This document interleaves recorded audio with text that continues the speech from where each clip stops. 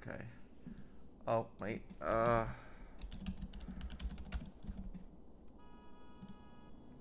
hang on a second here. Made one mistake here. I wrote Red Dead Online in the title when it's GTA Online. Oh, man. My bad, right?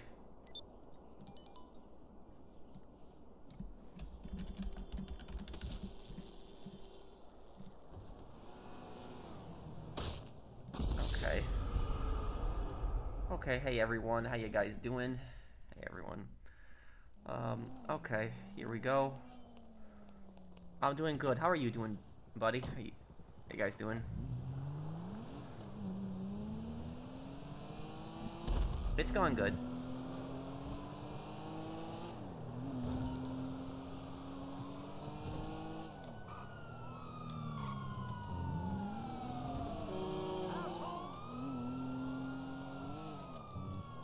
Hey, hey Petty, how are you doing? Yeah, I just fell off the building there.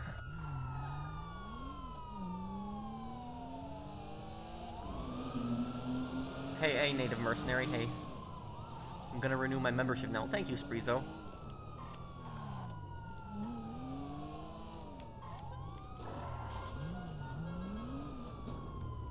What brings you in today?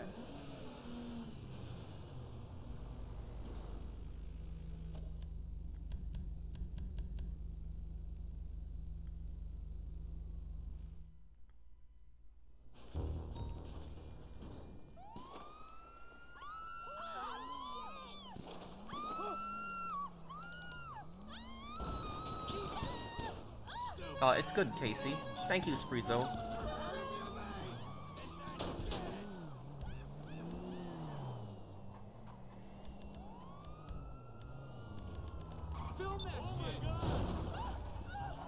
Okay, let me see here. Have I played Helldivers 2? Yes.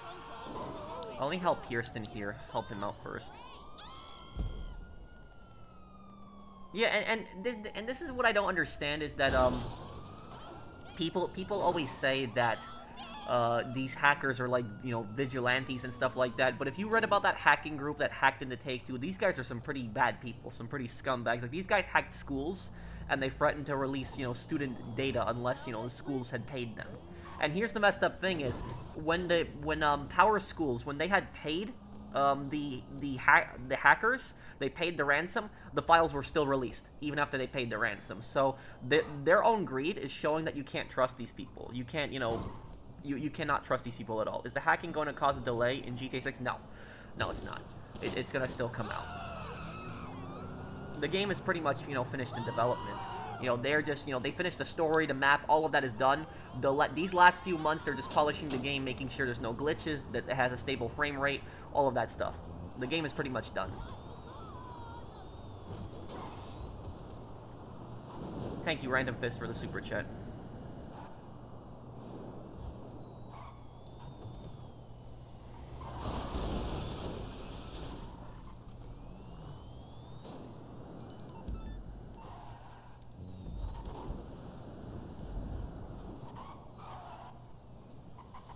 Play the PS4 version. I haven't played the PS4 version in like 3 years. Maybe I could hop on it on one day. I did, Caton. Explain the Quebec City solar flare outage of 1989. I don't know about that. Thank you, QC Suppressor, for the super chat. PS6 over $1,000. They might try to pull something like that. It's possible.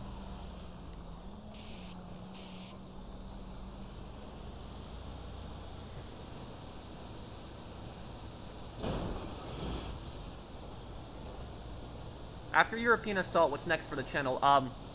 50 Cent Blood in the Sand.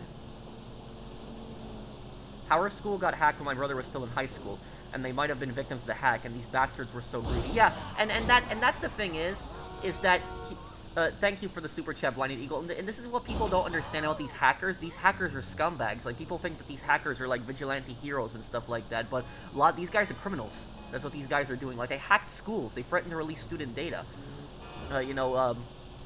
Your brother was in a school that got hacked by these guys. So there's some pretty some pretty bad people. And here's the thing: is even after Power Schools paid the 2.35 million ransom, the data still got released. It still got, and the hackers demanded more money. So like here's the thing I'll say about this is that most criminals that are stealing money, they get caught because they steal too large amounts. Criminals get away with stealing most of the time when they are stealing small amounts. When they steal small amounts over time, most of the time people don't notice that, and they tend to get away with that. But when they get caught is usually when they steal too much. They steal too much, and they get greedy. And that's ultimately their downfall, and that's how they get caught. And it's the same thing with these stupid hackers, is when they did that hack on the Power Schools, ever since Power Schools was actually the last victim that ever paid them money. So like there have been a few companies that have paid them money before. So the shiny hunters guys, the hackers who hacked Rockstar, these guys have hacked other companies before, and other companies have paid them ransoms. Like AT&T, for example, paid their ransom.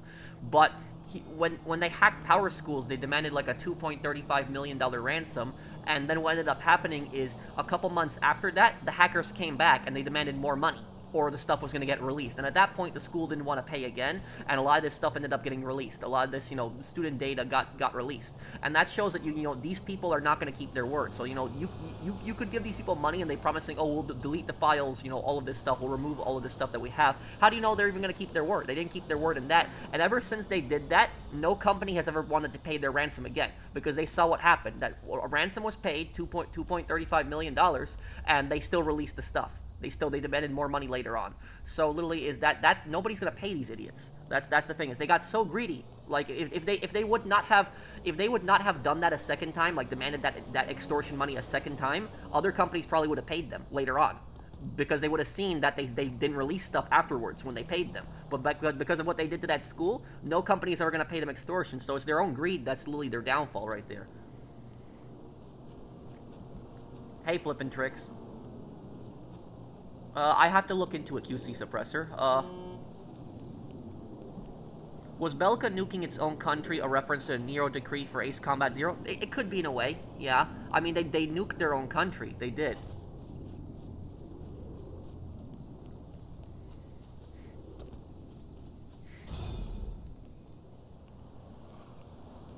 They're not going to delete their only source of leverage, but here's the thing, though, dude.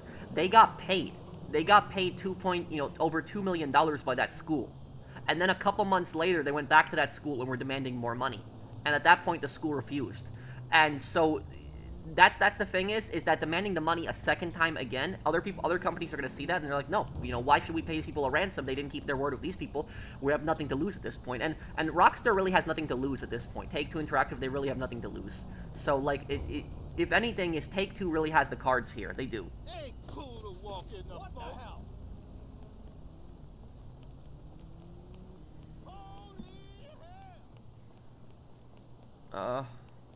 Been following your GTA Online videos since 2015. How do you feel about going into GTA 6's online sooner or later? What do you mean, like that leak that GTA 6 Online is gonna come out like a month after that leak? I don't know. I guess we'll see if that's true or not. But it's entirely possible. But I don't think it's gonna be a month. I think it's gonna be 2 weeks, because remember, GTA Online came out 2 weeks after, and then Red Dead Online came out 2 weeks after Red Dead 2. So that's basically it.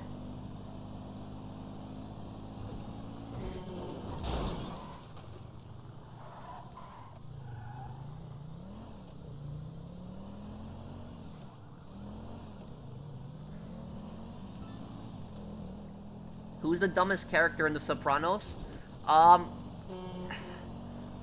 It's a tough one. It's between...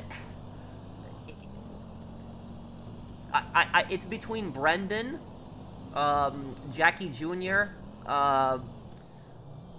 yeah, and then Sean and, what's the other guy's name? It was Sean and, damn, it was those two idiots who shot Chris. It was Sean and then the other guy, I forget his name. The guy who ran off in the tracksuit. Sopranos had some pretty stupid characters to it. Sean and Matt, yes, that was it. Sean and Matt might go down as the stupidest characters, because Sean and Matt really didn't understand how the Mafia worked at all. Like, they were stupid. They thought that if they killed, like, Chris, that would get them, you know, points with Richie, which it doesn't work like that because Chris is a made man. So literally killing a made man is not going to get you points with Richie, even though Richie hates Chris. Like, they were just so stupid about that. They literally put a target on themselves, you know, and then Sean ended up dying in the car shootout, and then, yeah, and then Matt ended up getting caught later on. Brendan, I would say, is probably the least stupid, because even though Brendan was kind of stupid, at least he respected and listened to Chris at times. Where Jackie Jr. was also a complete moron. Like, Jackie Jr. was a complete. The thing about Jackie Jr. is Jackie Jr. had so many chances. He had so many chances to stop. He had literally so many more chances than any other character. Like, you know, the thing is, in The Sopranos, a lot of characters don't get many chances. You know, there's one chance and that's it. They're dead. They're dead. But, like, Jackie Jr. got so many chances, it was ridiculous. He got some more chances than, like, any other character in that show. And he would not learn every single time. And then, you know, you saw what happened to him in the end. So, like, that, just complete idiot. Complete idiot. Chris wasn't made yet when the hit went down. Oh, he wasn't? Oh, then I'm thinking... It's been many years since I've watched it. But still, regardless about that is the blood of Tony. So, literally, he's in the same exact family as Tony, as the boss. So, you know, you don't do something like that. Is that, even if he's not made, is that, like, killing a family member of the boss, even if they're not a made person, like, literally, that is, you know, you're dead. You have no chance. You have no chance of surviving at that point. You're done.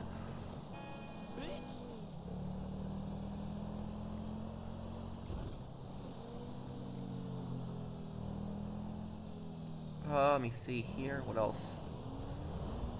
The Wolf Among Us Detective Game Pro. Consider it. Yeah. I know Telltale made that, right? So yeah, I could give that one a try too, Bork. Thank you, Daniel Rodriguez. I would rather make Black Ops 7 fan fiction instead of playing Call of Duty Black. Yeah. I like to call it Call of Cringe Hallucination Ops 7. That's what I like to call it. And here's the thing is, what laptop glitch? What are you talking about? What, the one where it won't sell the business? If it won't sell the business, Pierce, then what you have to do is you have to walk out of the business and you gotta go back in and go back on the laptop, and then you'll be able to sell the business if you get that glitch. So listen, here's the thing is, and I know some people might be surprised for me to say this, but Black Ops 7 could have been the best Call of Duty game in years. It really could have. If the developers had actually put effort into the game, it could have actually been a great Call of Duty game. Because the thing is that it was a direct sequel to Black Ops 2. That's what Black Ops 7 was. It was literally a direct sequel to Black Ops 2. And we were, and when they did that, so many people were excited for that. And that's what they were banking off of. They were banking off of, you know, people excited for a sequel to Black Ops 2, but it backfired really badly because they did this Warzone crap storyline. It was like the story was only 4 hours. The missions were annoying. All this hallucinations constantly going through it. It was just a disaster. If they had done like a linear cinematic campaign where you just played as David Mason, like none of this co-op stuff, just like an actual single player game, like an actual single player story where you played as David Mason, cinematic, you know, just like the other ones, it could have actually been a great game. It could have. But it was just, the way that they went about it, it was just such a disaster. It really was. And the thing is that Black Ops 2 went down as like a cult classic. Like, years down the line we were looking at it, and it was like, this is such a great game. And then we were even saying that it was predicting the future and stuff like that. But then when it comes to that Black Ops 7, we're not going to be looking at it as a cult classic. That's just a disaster.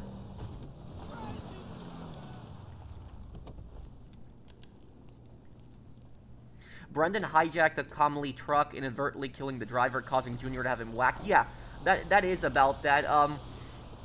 But the thing about that is Junior had already pretty much agreed that he wasn't gonna do that, and then Junior tried to have Tony killed too. Any hints on your video releasing tomorrow? Yeah, I'm gonna talk about my ideas on making GTA 6 Online less grindy, how to make it fun, enjoyable, where people like the game, and also I'll talk about how shark cards can be replaced. I'll talk about that too. That's why I put out that poll earlier, because I wanted people to vote in that poll, because I wanted like a good idea of what my audience thinks. So yeah, it'll be a good video tomorrow. I'll break down a bunch of things. I also made a chart. I did design a chart So I'm gonna have that in the video. So this is not just gonna be a random video, just me talking for a few minutes. This is gonna be more of a detailed breakdown of how I think that GTA 6 Online should be.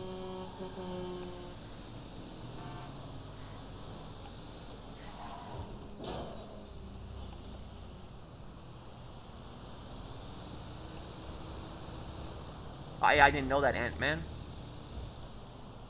Do I think Rockstar is gonna listen to you? No.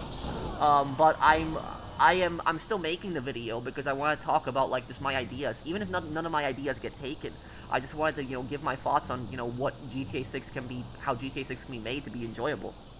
Modern Warfare 3 Reboot was bad as well. Yes, but Modern Warfare 3 Reboot was at least a masterpiece compared to what we got with Black Ops 7. You know, Black Ops 7 was just terrible. I didn't look at it yet, Brandon. I'm sorry. I'm sorry. I've just been busy this last weekend and busy doing a few things, so I'm sorry about that.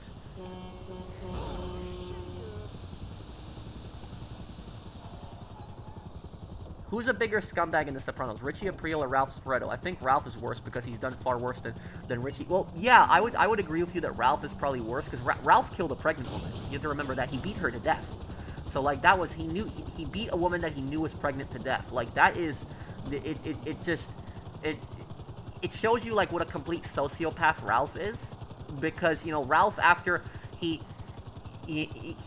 kills Tracy in the parking lot, and then what he does is he walks right back into the club, and when he walks right back into the club, he like, I remember he, like, leans against the bar, and he's like, oh, you know, she slipped, she fell, it was an accident, you know, stuff like that. And I remember, like, even Polly was, like, looking at Ralph like, holy crap, like, that was, like, Polly's reaction. So, like, even Polly was horrified, and Polly's a psycho.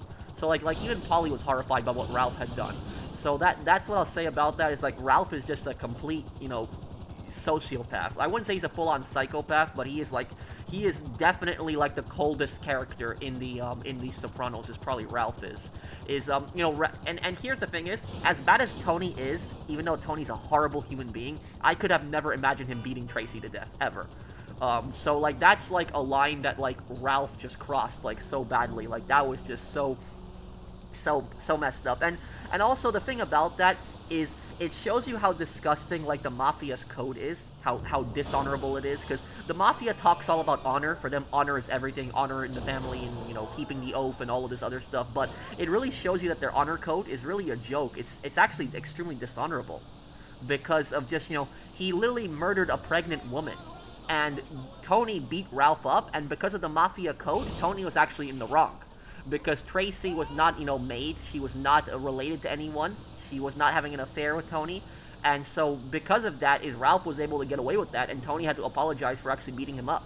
You know, that's probably one of the only good things that Tony did do in the show, is literally when he beat the crap out of Ralph, because I think, like, everybody watching that episode was, like, completely on Tony's side, that, like, Ralph was in the wrong on that. So yeah, like, Ralph was, like, a complete psycho, he was. Also, the thing about that is Ray Bacino in GTA 4 is heavily inspired by Ralph also, so make sure you keep that in mind.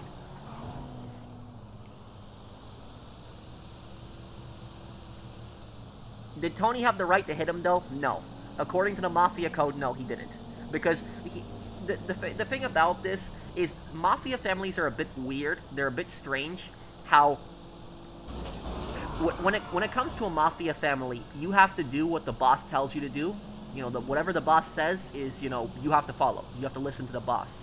But here's the thing is, the boss can't just whack people in his organization whenever he feels like it. Now, sometimes bosses get away with this stuff, but according to the Mafia rules, a boss cannot just kill a made man. He can't even beat up a made man if he feels like it. You know, the only time a boss can really kill a made man is if the made man is doing something against the family. Like, if the made man, for example, is, like, ratting the family out to the feds, or if, like, the made man is, like, working for another family, something like that, or if the made man is stealing. If the made man is, like, stealing money from the family, you know, stuff like that, that is grounds for killing them. But just the boss simply not liking somebody, he can't kill them, even if they've done something, like, really horrible. Like, a made man could just kill a bunch of civilians, and the boss, like, would not be able to still touch them. As long as those innocent people that he killed are not made men, then it doesn't matter. So that's pretty much what the Mafia code is like. That's why when Sylvia was talking to Tony, and he told Tony that, like, you know, Ralph has a legitimate beef, that's exactly what he was explaining to him, is that, you know, you were pissed about, you know, what he did to Tracy, but, you know, Tracy was not in the family. She was not related to anyone.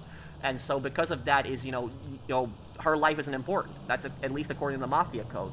So it just shows you how, disgusting the Mafia code is. The Mafia really is, they're just a bunch of thugs in suits. They talk about honor, loyalty, all this other stuff, but these guys are just thugs in suits. That's what they are. They aren't even actual friends. Like, they will just turn on each other the first second that they get. They're not actual friends. They will betray each other, stab each other in the back constantly. That oath means nothing to them. That oath, it means absolutely nothing to them.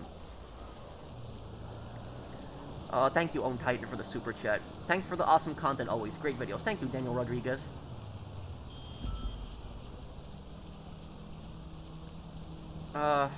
Just beat Chapter 14 in Mafia 2, man. That was challenging. Chapter 14, that was, Stairway to Heaven, right? That's the mission where you save Joe in the construction building. Yeah, that's, that is probably the hardest mission in the game. Yeah, Chapter 14 is probably the hardest one in the game. Thank you, Aaron. You're one of the best members of the Rockstar community. I love how invested you are in games you play. I love your playthrough of GTA 4 as well. Thank you, Tazin Board. Thank you, man, for the super chat.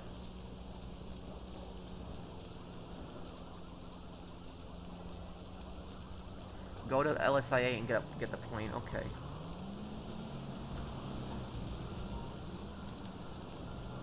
Did you see the shooting that happened over Pokemon cards? What?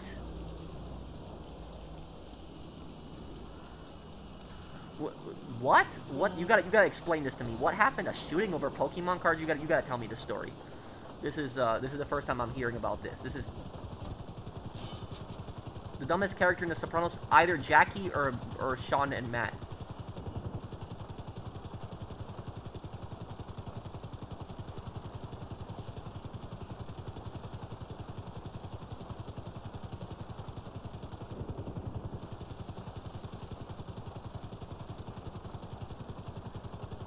Today marks 165 years of the American Civil War. Yes, you are right on that. Really loving the Ace Combat playthrough. Thank you, dude.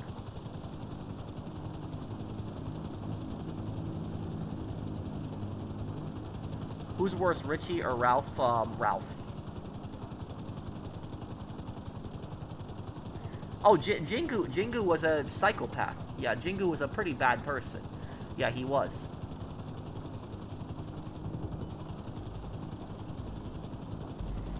Worst part in Chapter 14 is kill Derek. Yeah. You know the thing is, I sniped Derek in the head with a Car 98 when I did the playthrough.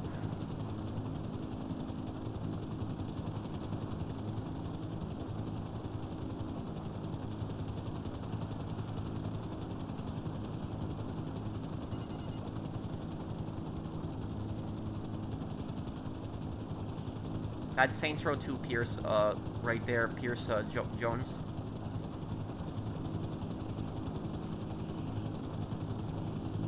Take your time. We're not in any rush here, Casey. By the way, because this weather also sucks for flying. Like this weather is terrible for flying right now.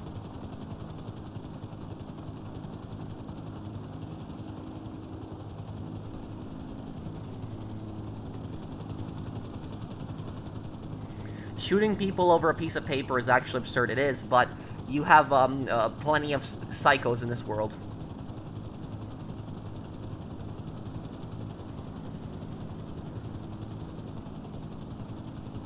I remember I did a poll on, I did a poll, like, last year on who is the, the biggest scumbag in Mafia 2, and the majority of people voted as Derek, as people said that Derek is the biggest scumbag in Mafia 2, so, that's what I remember you guys voted on that. I think, like, Derek had, like, 70% of the vote. Like, people hated Derek more than they hated, Falcone, and more than they hated, what was it, Clementi, too. Even more than Garino. Victor Bronco is more footbar than Jingu. Oh, yeah, Victor Bronco is worse than Jingu. Yeah, I'll say that. Yeah, he's even worse than Jingu. Yeah. I think you can avoid killing Derek and Tommy if you get the 27,500 before doing them. Yes. Yes, you can. That is true. But that's not canon.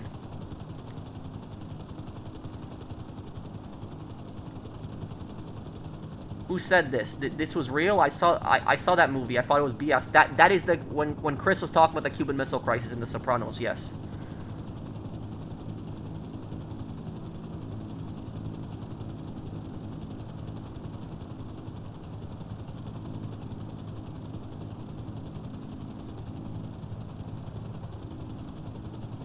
Yes, I did, Chase. Chris said that, Sultan. They said that in the apartment when they were going to see Valerie. Yes, they can. It's their family. The Mafia can't kill another boss on the commission. What do you mean, Visionary?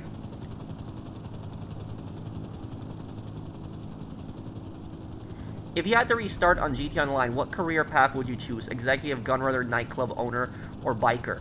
Biker. That's what I would, play as. I like, I actually like a lot of the biker stuff. Later in this week, General, we can do it.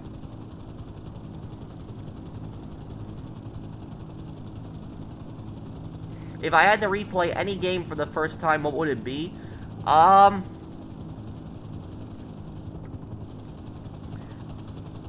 Maybe Oblivion. The Elder Scrolls Oblivion, because when Oblivion came out, I was so impressed by that game. Like, that game impressed me so much. Like, I've never seen a game like that. And there's all these quests, towns that you could explore. Yeah, maybe Oblivion.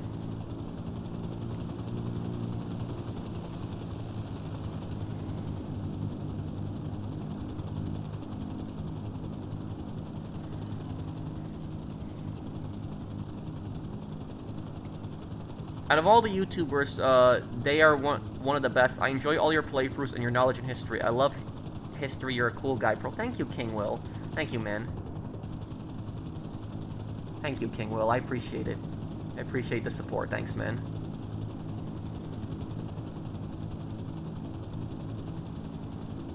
Can you name every mission from a GTA game? Oh, no. I probably couldn't. I can name a lot of them. But I can't name every mission. You, Dark Viper, Dark Space Mudahar, Modest Pelican, and Badger Goodger should start a Rockstar Avengers. It could be called the Rockstar Regiment. Oh, thank you for the super chat, Tazin. That would be cool. That's the movie of Robert De Niro, right, Liskiff? Hola, amigo. Hey, ¿cómo estás, Ghost Killer?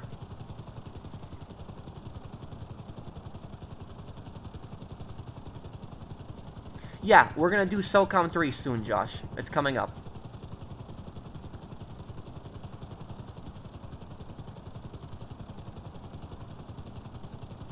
How evil is weapons trafficking? As evil as drug trafficking?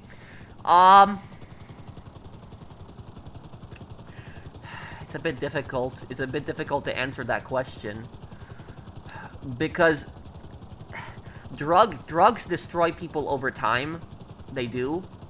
You know, people selling guns, I guess other people are gonna, other people are gonna be killed with those guns, but I don't know. I would say maybe drug trafficking is worse than the gun trafficking, because just how, like, the drug trafficking, like, it destroys entire communities. Like, it just destroys that. So I'm not saying gun trafficking doesn't, but, like, it will just create, like, a whole class of zombies. That's what it basically does. Like, the drug trade, it just turns people into zombies. So many crimes end up happening because of it. It's truly disgusting.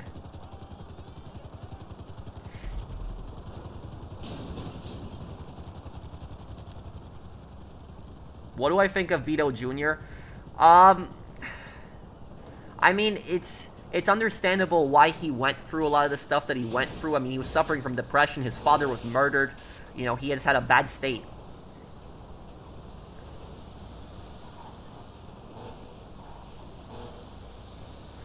Who said this in The Sopranos? 47 years old. He's just a kid. Phil. Phil said that to Butch after his brother died. That line I remember. Okay, Brandon. Yeah, we can talk after the stream. No, I haven't gotten Red Dead on PC, Tazin. Pro, you never added me back? Wait, well, what's your PSN, Grove Street?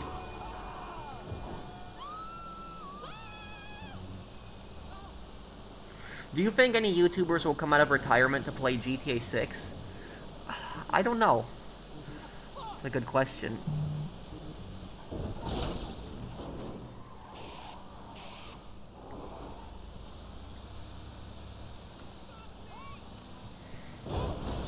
in GTA Liberty City Stories, Vincenzo was a made man.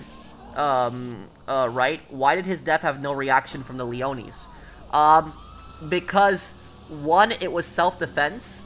So, like, Tony didn't just go up and murder him. It was self-defense. And secondly is, I think Salvatore was planning on getting rid of him anyways. So that's what I'll say about that. What is... Is someone doing a prep mission in here right now? This is a casino prep right now.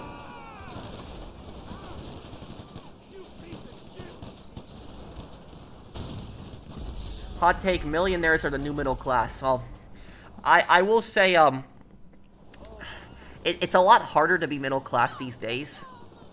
And, you know, and inflation just keeps getting worse and worse. And also, is LESAF based on North Korea? Yes, LESAF in Ace Combat is based on North Korea. And their super plane, I don't know much about that. I know there's been 3 super planes. There's been the XBO, then there was the one in Ace Combat 6, and then there's the one in Ace Combat X.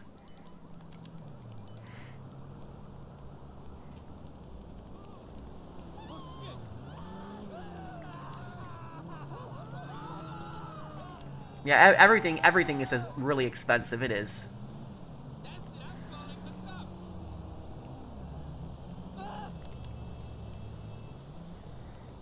Pro, I took your advice from the last GT Online stream about my warmongering boomer grandpa wanting the U.S. to take over Cuba. And like you said, he didn't want his taxes going to fixing Cuba.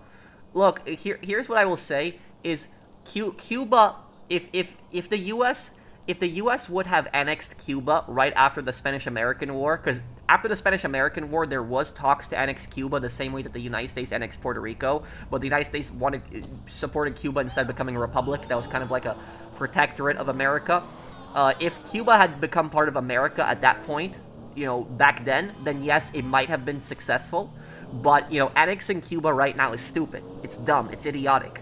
It just makes no sense. And I will say that it's like, you know, you were telling me that your grandpa said that the United States should annex Cuba. The whole thing is stupid, because what people don't understand about that is that annexing a land comes with consequences as well. People think that by annexing a land, you're going to get a bunch of money and it's going to be beneficial for the country, but annexing land also comes with consequences. So, for example, is Japan, what Japan did in the Siberian intervention in the 1920s. Do you know what they did? They annexed Eastern Siberia. So Japan actually annexed Eastern Siberia, and they made Eastern Siberia part of, you know, Japan. But here's the problem with that. Eastern Siberia was extremely underdeveloped compared to Japan. It had very, you know, strong, you know, weather conditions. It didn't have a lot of resources that Japan wanted at the time. And Japan realized, we can't hold this, and putting more troops into this area is going to cost us more money. You know, having it. So Japan basically withdrew and let it go and let Russia take it back. So, like, the point that I'm getting at is that annexing a territory doesn't always come with pros. There are consequences. And if the United States was to annex a country like Cuba, for example, yes, some Cubans might be happy about that, but the thing is that Cuba's infrastructure is failing. Cuba is one of the most poorest countries in the West. Cuba is a disaster. It is. It's a complete disaster. Its energy grid is a failure. Its pipes are a failure. Its industry is a failure. Its economy is a failure. People in Cuba are driving around cars from like the 1950s. It's like communism has wrecked that country. It has destroyed that country so badly. And if the United States was to annex a country like Cuba, your taxes would go up if America annexed Cuba, because America would have to fix Cuba. We would have to rebuild everything. We would have to rebuild their cities, their infrastructure, their power grid, all of that stuff. All of that stuff would have to be rebuilt. Plus, we'd have to feed everybody in Cuba too. A lot of people in Cuba are starving too. They don't have enough money for food, so it's like it wouldn't work. And so you said that your grandpa would not pay higher taxes to if Cuba was annexed, but he still wants Cuba annexed, which is stupid, because you would have to increase taxes if you were to annex a place like that. So that's what is we would inherit all of those problems. We would. So no, I want Cuba to be free of communism. I don't want it to be a communist country in the future, but I don't want Cuba to be part of America. No, we would have so many problems if Cuba was part of America. There's so many issues. So no, Cuba should always be an independent country. It should not be part of America. It's the amount of problems that we would have to deal with if Cuba was part of America. No. And also, people say that Mississippi is a poor state because Mississippi is considered the poorest state in America. But if you added Cuba as a 51st state, oh man, Mississippi would be ultra rich compared to Cuba. Oh, I don't support stuff like that, Kenny. I don't support the interventionism. I was just answering a question. I was talking about why annexing Cuba was a disaster. I don't support annexing Cuba. I was just saying that it's a disaster waiting to happen.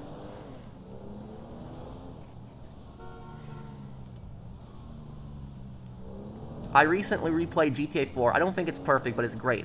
What it lacks for content, it makes up with aspects it focuses on. Story, graphics, physics, characters, combat themes. Yeah. GTA 4, I think, is my favorite GTA game. I just love GTA 4 so much. Is the XPO considered a super weapon in Ace Combat? Oh, yeah. Yes, it is.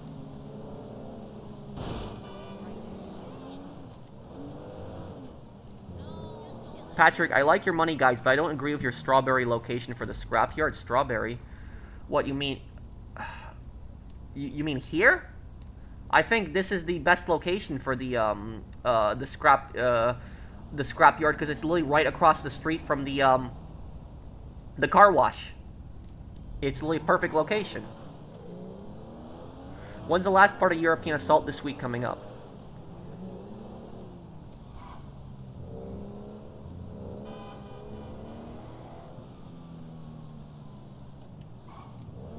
What games has an anachronistic storyline? Computers or robots, a medieval or steampunk setting? Well, Wolfenstein. Wolfenstein is kind of like that. It's like a futuristic take on the Nazis taking over America. Another one where it doesn't make sense much. I have to think about that one.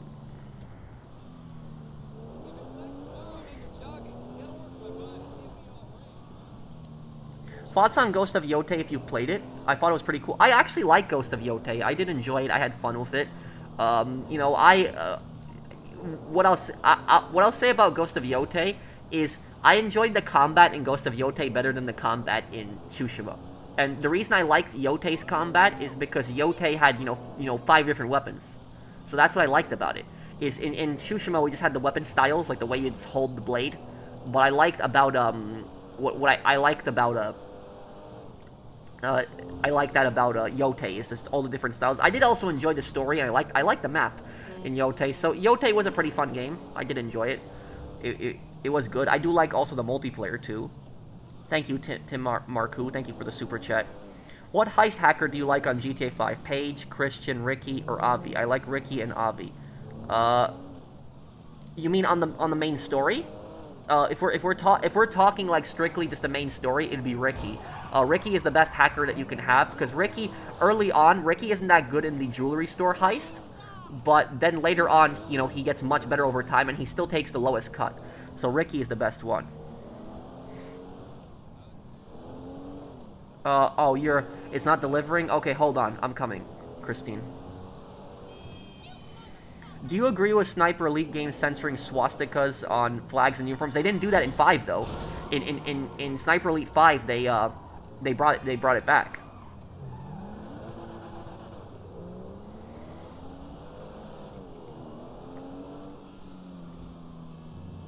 Hope you're doing well, man. Much love. Thank you, YT Grid. How you doing, dude? Thank you for the super chat.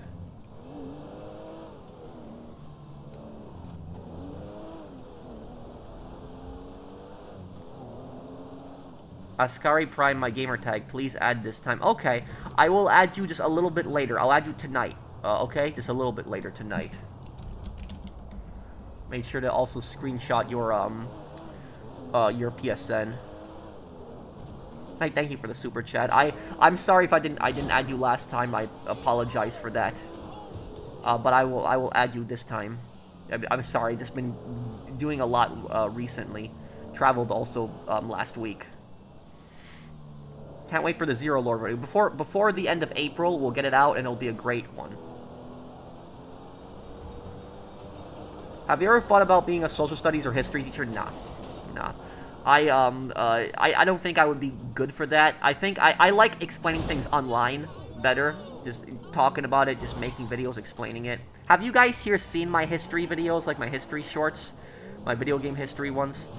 And I'm coming, Christine, almost there.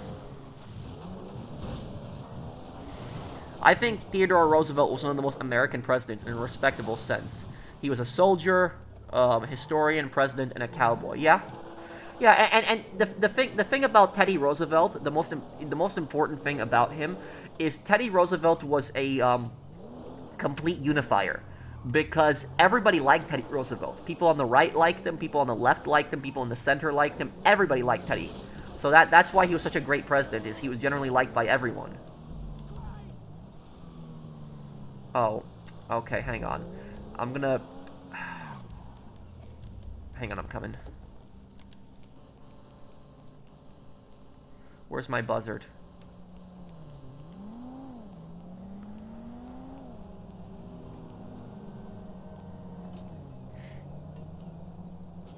Thank you, Tazenbur. Actually, I was talking about the story and online. No Way Out missions has to be the greatest missions of 2026. 350 grand. Yeah, but I did also like the story to it, Pizza Boy. It was actually pretty well written. He didn't win in 1912 because he didn't get the Republican nomination, so the vote was split. That's why.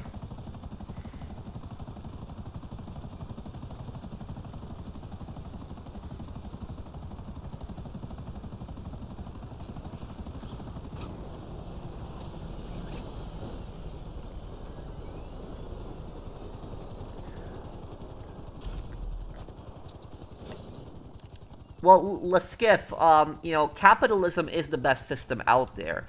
It's not a perfect system, but it's much better than everything that's been tried. You know, I will tell you something. I had a professor in college, and I remember he said, and I'll never forget what he said. He said that capitalism isn't a perfect system.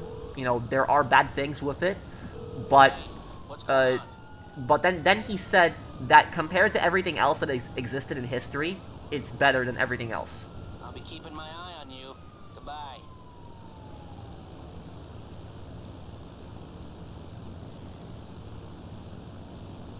Okay, let's go here.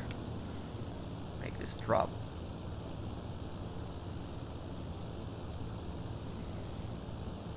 Hey Pat, I know you have your projects going on, but when you have time, you should do a lore video of the rise of and fall of the Farrelly family. Oh yeah.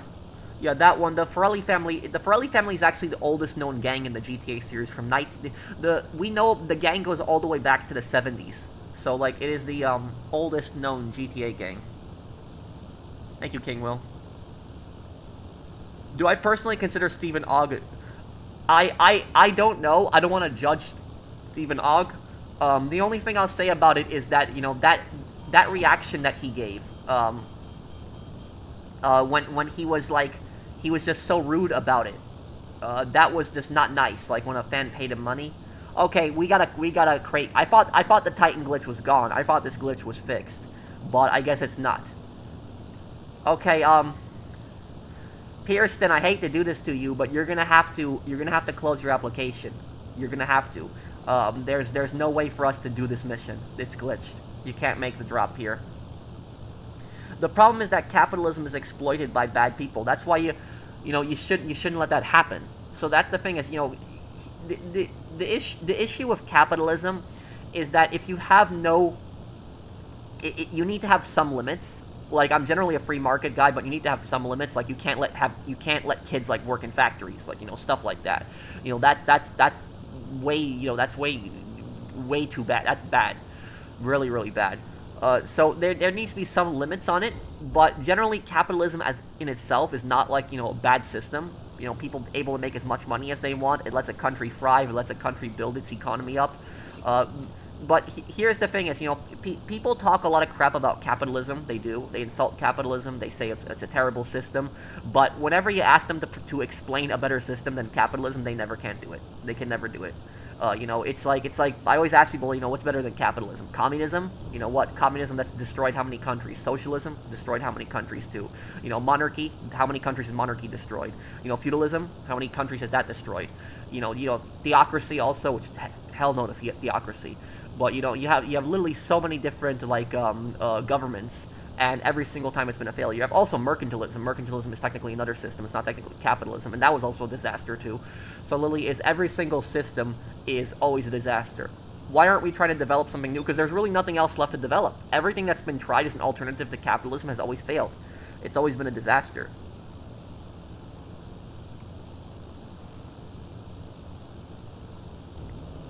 The Ghost games are what modern Assassin's Creed games should have been, in my opinion, especially Shadows. I haven't touched any of those, though. Oh, hey, Tim Marku. Yeah, I really like the Ghost games. I had fun with them. The final Ghost game, because there is going to be still one more. The final Ghost game is going to take place, I bet you, it's going to take place around, like, Tokyo. That's probably where it's going to be. And it's going to be the final, it's going to be, like, in central Japan. And it's going to be, like, during the Meiji Restoration. Like, during the Civil War in Japan, where the samurai fought against the emperor. And then you had, like, a lot of European powers intervening, like France, you had Britain, you also had American volunteers and American advisors. So you will see, like, in the next, Ghost game, there will be a civil war. And you will see a lot of different warfare. Like, you will see tanks, not tanks, Gatling guns. You'll see faster firing guns, possibly repeaters. You'll see revolvers. You will see different European enemies. So like there will be European enemies that will be enemies in the next Ghost game too. So like that's where the final game is going to take place. It's going to take place during that. How annoying are bots on social media? Oh, they can be pretty annoying. The thing is I will tell you something. One place where I seen a ton of bots. Like there's this one website that I've seen where it's almost always bots. Every single page you go to, it's so many bots. You know what website that is? Quora. If anybody knows what Quora is basically like a question site. So it was like, what you had when you had like Yahoo Answers back in the day. It's basically the same thing. It's just like a modern version of it. And on Quora, people post questions and then they answer them.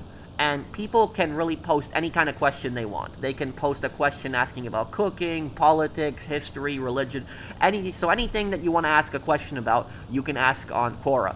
And whenever you go on Quora and you look up any kind of question relating to China, anything relating to China, it's always spammed by bots. Always. Every single time it's spammed by bots. And the top answer, the answer that's always at the very top of the page, because how it usually happens is the answer that gets chosen as the best answer is the answer that gets voted on. So the more people that vote on an answer, that's usually considered the best answer. So that's what Quora takes at the top of their page. So what China does is China uses like a team of bots, and any kind of question regarding China, they always have like these bots that like vote the top comment, and they try to make China look like this amazing, perfect place with like no issues whatsoever. Like if you ask anything about Tibet, like if you ask like why did China take over Tibet and stuff like that, like all of the answers will be like from Chinese bots, and it'll say things like, oh, the Tibetans were oppressing their people and Mao came in and saved them and he brought them communism and raised their living standards. Like literally that is what the answers will be like. Like if you ask anything about Taiwan, like all of the questions on there, like all of the answers will be like, oh, Taiwan's like a rogue province of China has tried to be friendly, but Taiwan is aggressive to them, and a bunch of this other stuff, too. When you ask about like human rights and everything like that, like the answers will always be like, oh, China has like more human rights than America. It's a free country. People are not, people have free healthcare in China. Americans don't have free healthcare. It's usually answers like that. Like there is no criticism of China like ever on Quora, because like the Chinese bots have taken that site over. And here's the ironic thing about that. You know what's so ironic? Quora, the site, is actually illegal in China. So that site, the Chinese can't access that without a VPN. But what the Chinese government has done is they have basically hired a team of bots, like people that use these fake accounts to basically upvote to the top, and they post these replies. So like they'll go on Quora and they'll look up like any kind of anti-China questions, and they'll just answer it with like propaganda answers every single time. And the reason that the Chinese government is doing, it's trying to basically sow the opinion of Western countries. So like Westerners that like look at those things and be like, oh, maybe China's not that bad of a place, because like the top answers are always the most voted, and they're like, oh, this is what the majority of people think. The majority of people think this. So China isn't that bad. So that's what they've done. Is they've basically hijacked like Quora to basically like create this perfect image of China, that like it's this beautiful like amazing country with no issues whatsoever, and like America is like this terrible evil place to live. So like that's why I cannot stand that site Quora, because every single time I look up anything regarding China on that site, it's like I see the amount of bots. It's just ridiculous. It's disgusting. And I will tell you something. If you ever get into an argument with a Chinese bot, because I've gotten into arguments with them, You know what the best thing that you can do? You know what you can do to really piss them off, to throw them off, to get them really mad, is I was arguing with a Chinese bot like a couple years ago on Twitter, because there was like somebody, like I remember somebody made a post about Taiwan. I don't remember who it was, but it went viral. And it had like thousands of likes, and there was like a bunch of Chinese bots that were replying in the comments, just like talking trash about Taiwan and a bunch of this other stuff. And there was this one Chinese bot that she started arguing with me, like she had a Chinese name, you know. And what ended up happening is when I replied to that account, and she was talking crap to me, you know what I said to her that really pissed her off, and I threw off the entire conversation? I said to her, "Is Twitter legal in China?" That's what I said to her. And when I said that to her, that really got on her nerves. She started, you know, stemming me, messaging me like a bunch of crap, and she started saying to me, I remember she said, "What about Huawei?" She started saying, well, Huawei is illegal in America, and Huawei is like a Chinese cell phone service, and she was saying, what about Huawei? What about this? But she didn't answer the fact that Twitter was illegal in China. It's not allowed. So that's what's ironic about it, is that you have places like YouTube and Twitter and Quora, and these sites are illegal in China, so like the average Chinese person can't access them, but yet the Chinese government uses them to spread propaganda. It's kind of ironic that Twitter is illegal in China, yet the Chinese government has official Twitter accounts. Isn't that kind of ironic about that? So that I think that's really ironic about that. But that's the thing is, if you ever are like a Chinese bot and they're arguing with you, just tell them like, is YouTube, wherever it is, tell them, is YouTube legal in China? Is Twitter legal in China? Because that'll really throw them off. And if they start saying, what about this, what about that, and stuff like that, you know you've won the conversation at that point. Because what they're doing is they're trying to steer the argument into like a completely different topic. And about Huawei is banned in America, but the thing about Huawei is the reason that Huawei is different, the reason it's banned in America is very different than the reason that, you know, Twitter, for example, is banned in China. Like, the reason Twitter is banned in China is because the Chinese are afraid of other opinions. They're afraid of, you know, their people, you know, seeing other opinions that are counter to that of what the Communist Party of China wants people to think. But when it comes to Huawei, the reason Huawei was banned in America is because it was a Chinese cell phone service, and there was a huge possibility that it could be spyware for the Chinese government, because the Chinese government controls a lot of corporations, and there's like a very big fear that it could be used to basically spy on Americans and listen on Americans. That's why it was banned. It wasn't like banned because of some free speech or anything like that. It was banned because it was a possible security concern. So it was different. So that's what I'll say about that there. Let's get a top 3 foods and drinks. Thank you for the super chat there, Destrot. My favorite food of all time would be sushi. My favorite drink would probably be Nesquik strawberry. Other foods that I really like, quesadillas, probably number 2. Quesadillas probably my favorite Mexican dish. Another food that I really like, probably hamburger. Yeah, hamburger, probably my third one. As for other drinks, I don't drink any alcohol, really. On occasion, maybe. I don't know what I would say. I would say maybe iced tea. Iced tea, I usually drink that a lot. And maybe the other one, orange juice. Thank you, Cowboys and Angels. Thank you for the super chat, too, there.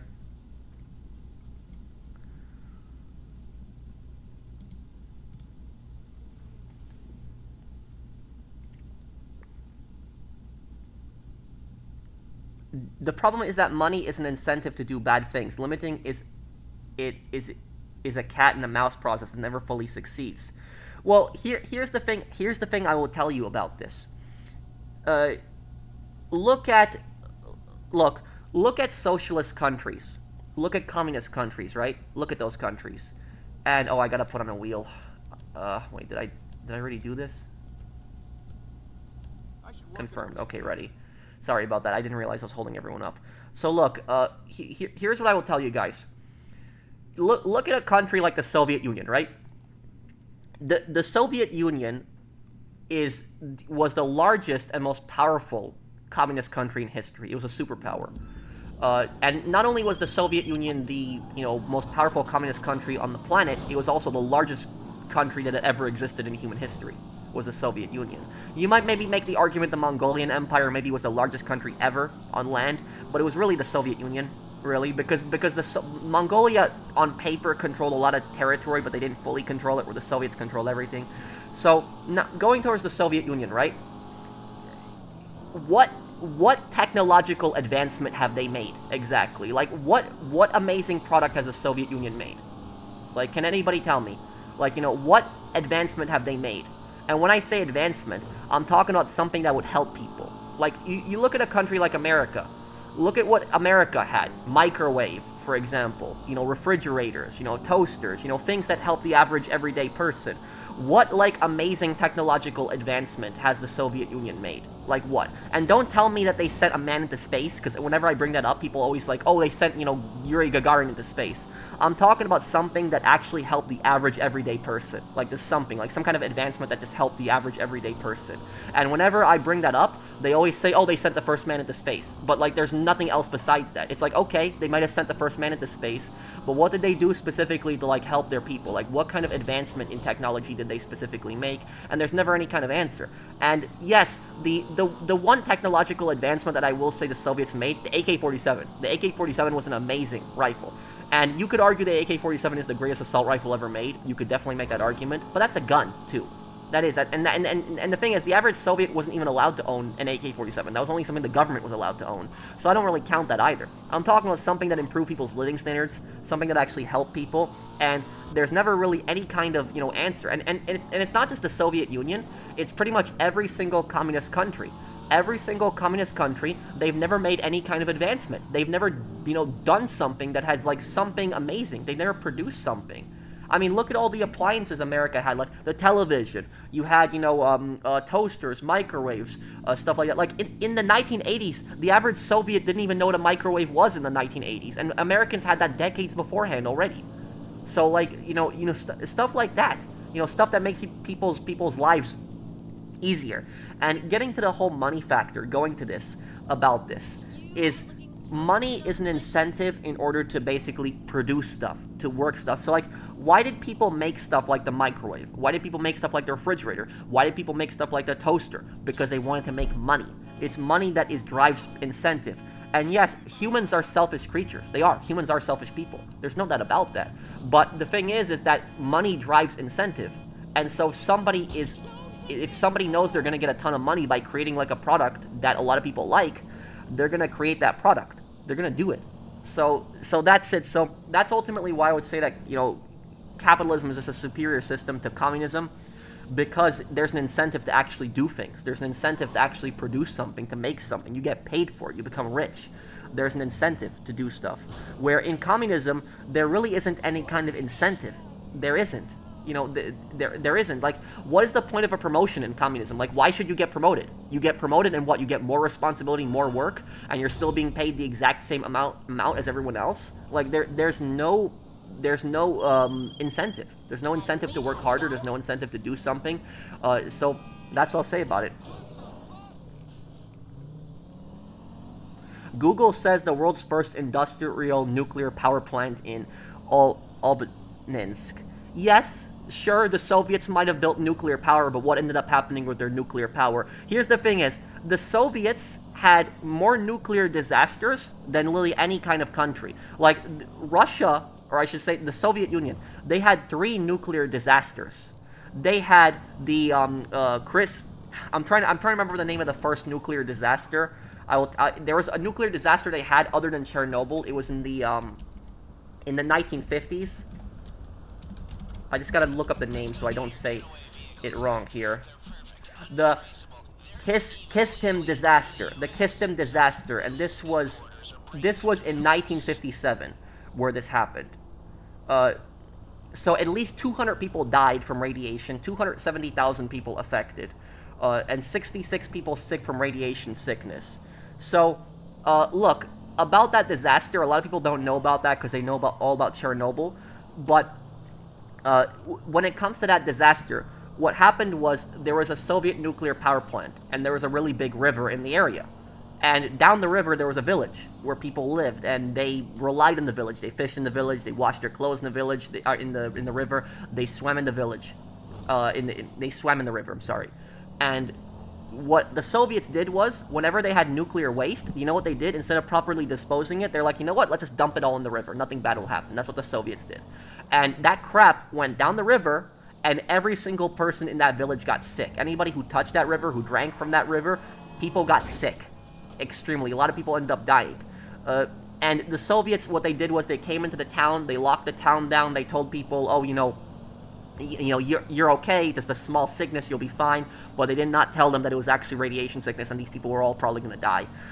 What ended up happening is, later on, the radiation got so bad in the river that what it did was it actually dried up the river. So the river actually dried up because of the nuclear waste. Like, it just dried up, it was gone. And when that happened, the Soviets were so stupid and incompetent, they basically said, oh, problem solved, the river is gone, and so that means the radiation is gone. But what they didn't know is that the sand that was left still had radiation in it.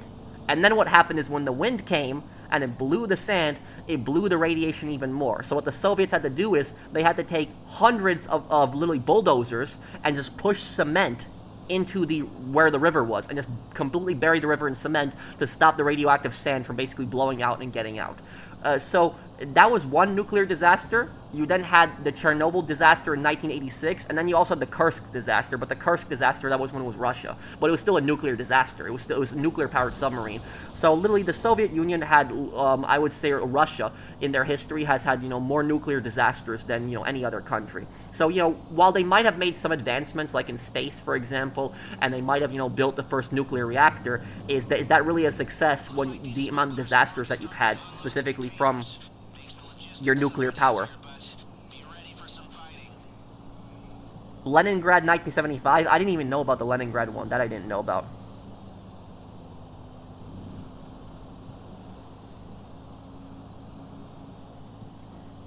Did people in cave times just stand around and wait to die because there was no money to incentivize them? Well, people in cave times wanted to provide for their tribes.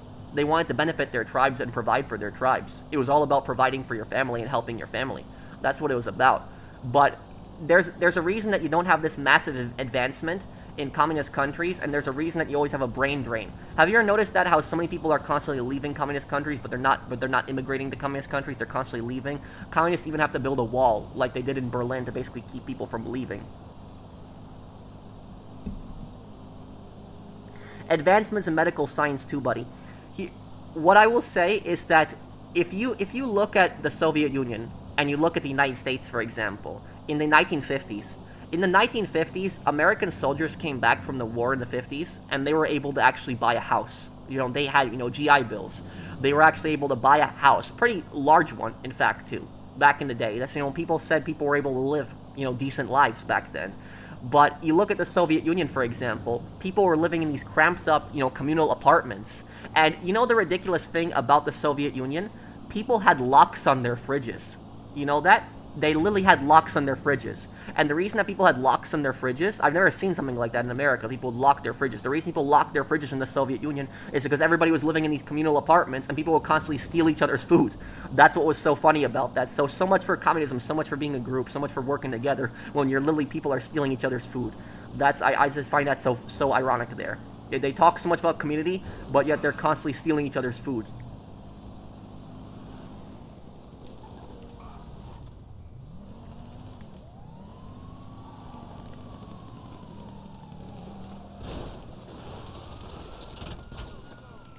On November 28, 1975, a fuel channel in Unit 1 suffered a loss of coolant, resulting in a degradation of nuclear fuel assembly that led to a significant release of radiation lasting for 1 month. Oh my god, this is the first time I heard about it, but I'm honestly not surprised something like that came out of the Soviet Union.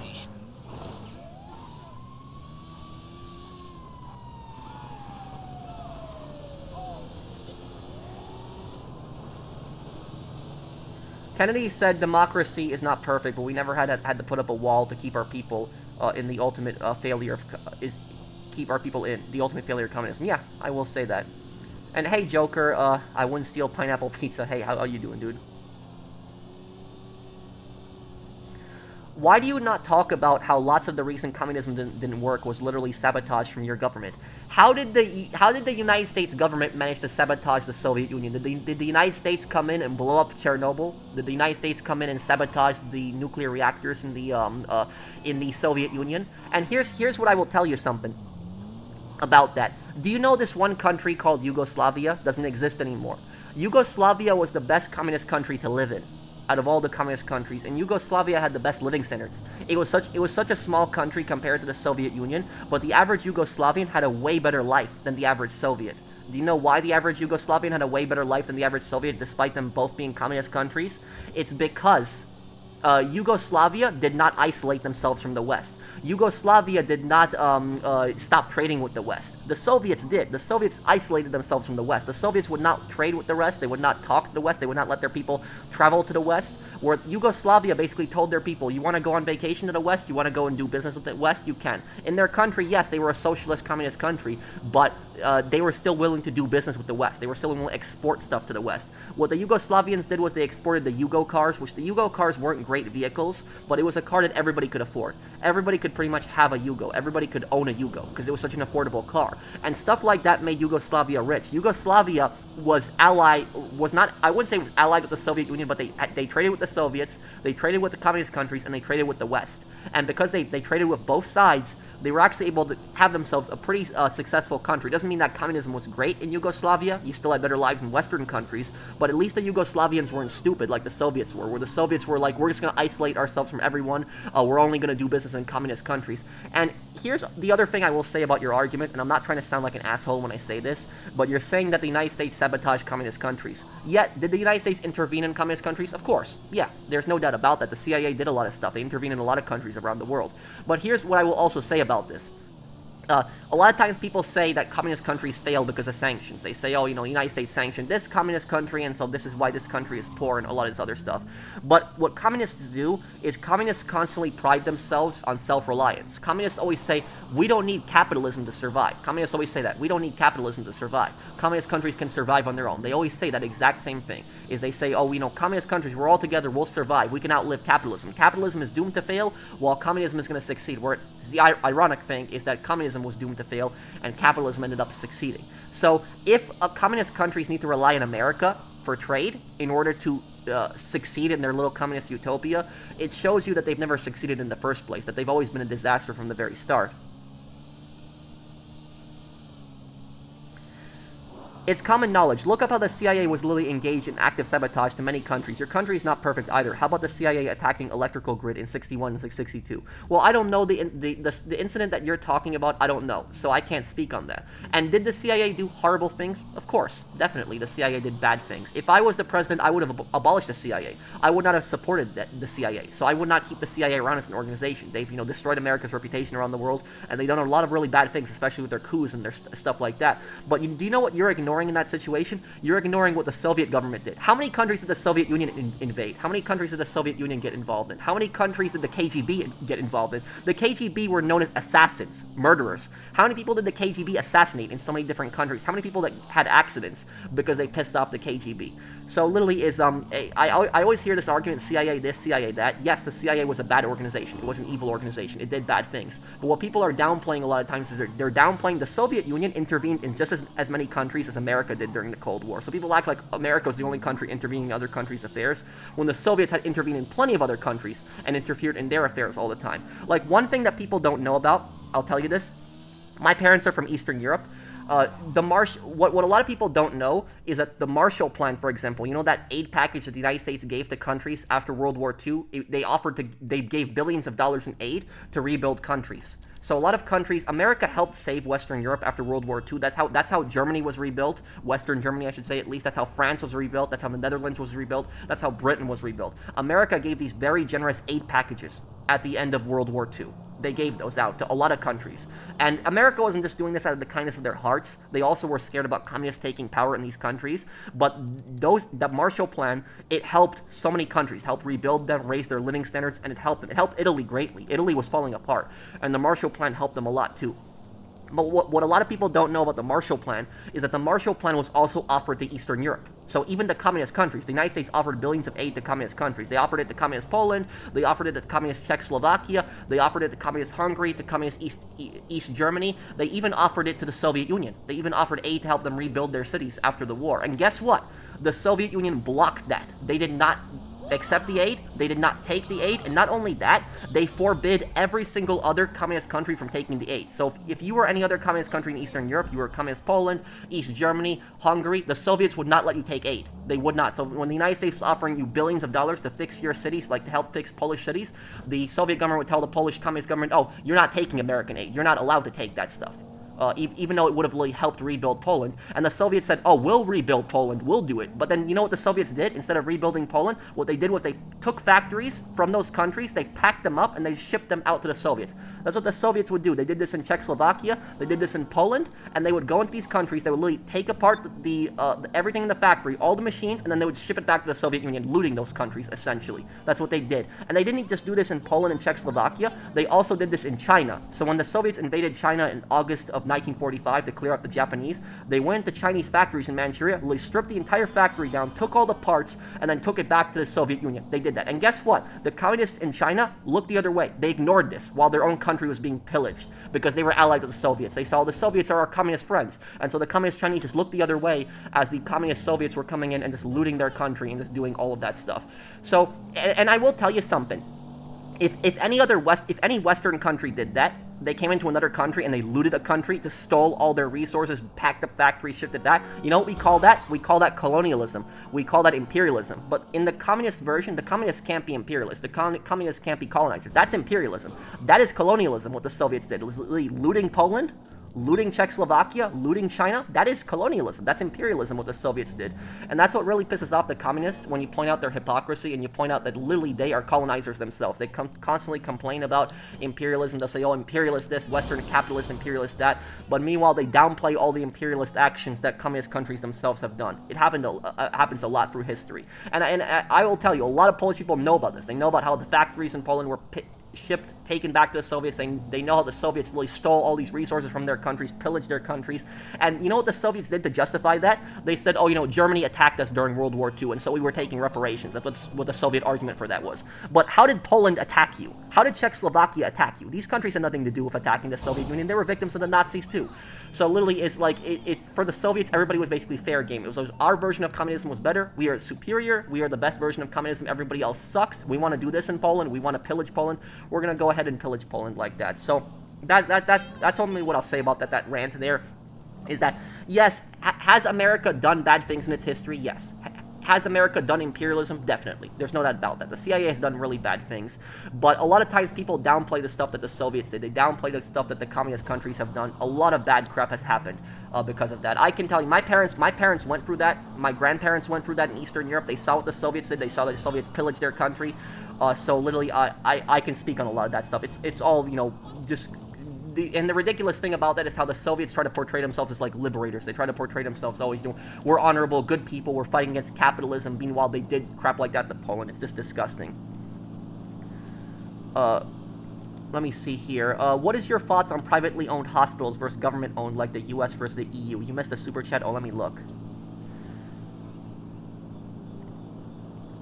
And how did Iraq attack you? They had nothing to do with 9/11. Everything you criticize the US has done too. I actually agree with you there. I don't think that the United States should ever have been in Iraq. I was completely against the Iraq War. I didn't support it. And yes, Iraq had nothing to do with 9/11. The United States used it as an excuse to attack the Iraq. But are you gonna say the exact same thing about the Soviets? Are you gonna admit that the Soviets had pillaged Eastern Europe, stolen factories, and done imperialism and colonialism? You gonna admit to that? Because I literally just admitted my country did that. But I want to see you admit that the Soviet Union did that. So literally, I'm not some, you know, American propagandist. I will gladly criticize the United States when the United States does bad things like in Iraq. But I cannot stand this communist hypocrisy. I literally cannot stand this. It's like communists always look the other way whenever communist countries do something bad, and then they always do the whataboutism argument. What about when the United States did this? What about this? What about that? It's always whataboutism. That's their argument. They never address the actual thing that they're being accused of. They always, you know, bring up something completely different. So yes, has the United States done bad things? Yeah. You know, you look at Iraq, for example. But that I don't understand what the reasoning is when we're talking about, you know, things the Soviets did, you know, compared to that. So it's literally both countries have done bad things, but you know, we're being told that the Soviet Union is this good, honorable country that has done no wrong, that it's not imperialist. You don't need to put walls to prevent people from leaving. Destroying other countries and forcing their people to migrate to yours is enough. Well, you look at what East Germany did. They literally built up a wall to put people in.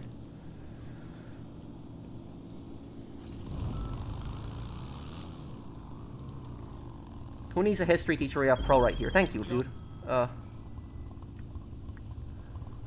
me see. Enter a boat. Okay, let's go to the boat here. Oh, I missed a super chat. Let me look. I'm sorry. See this here. I love your videos from Chicago. P.S. Communism sucks. Thank you, Joe Dan. Thanks, man.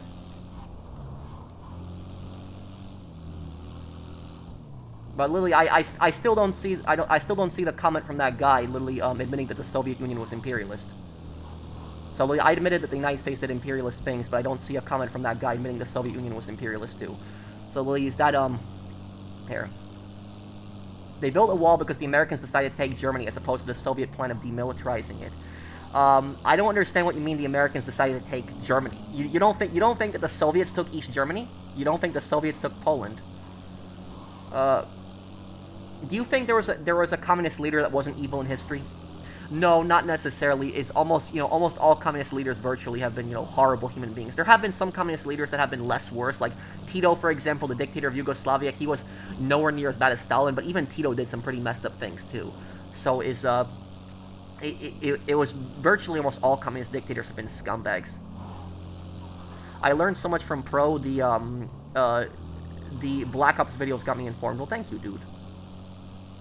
What do you think of anti-communist terrorism? You're talking about, like, the Contras, for example. The Contras are an example of anti-communist terrorism. Well, terrorism is terrorism. It doesn't matter whether it comes from communists or it comes from, anti-communists. Terrorism is terrorism. It's, horrible. It should always be condemned. And the Contras were terrorists. So just because somebody's an anti-communist doesn't mean that they're a good person. There's plenty of people that have been anti-communist that the United States supported during the Cold War that have done some pretty horrific and some pretty bad things. I admit that the Soviet Union is imperialist, but the United States is not morally superior or better, just as bad. Well, the thing about that comment right there is it took you some time to actually admit that. It took you some time to admit that the Soviet Union was imperialist. You seemed like you were kind of thinking about, what to say in response to me here. But look, is the United States an imperialist country? Has it done imperialist things? Sure. But here's the thing is, yes, America is a better country than the Soviet Union. Much better country than the Soviet Union has ever been. If you look at, like, the Soviet Union, for example, the Soviet Union did the Holodomor, where they starved millions of people to death. The Soviet Union had thousands of gulags, where, somewhere around 20 million people died in these gulags. You had Stalin that did, like, his psychotic purges. So, America is not a perfect country.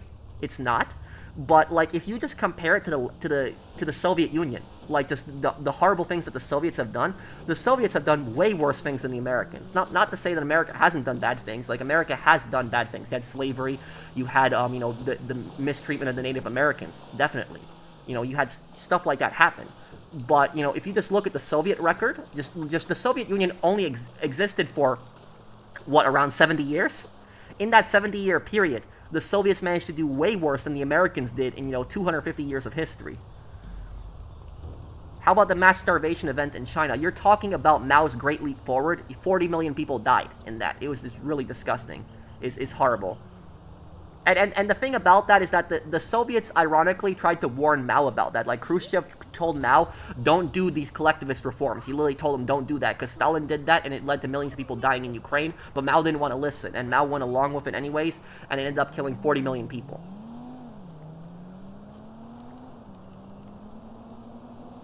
My grandparents were from the DDR, that's East Germany, and it was almost a fully Soviet occupation. It was a puppet state where West Germany was independent.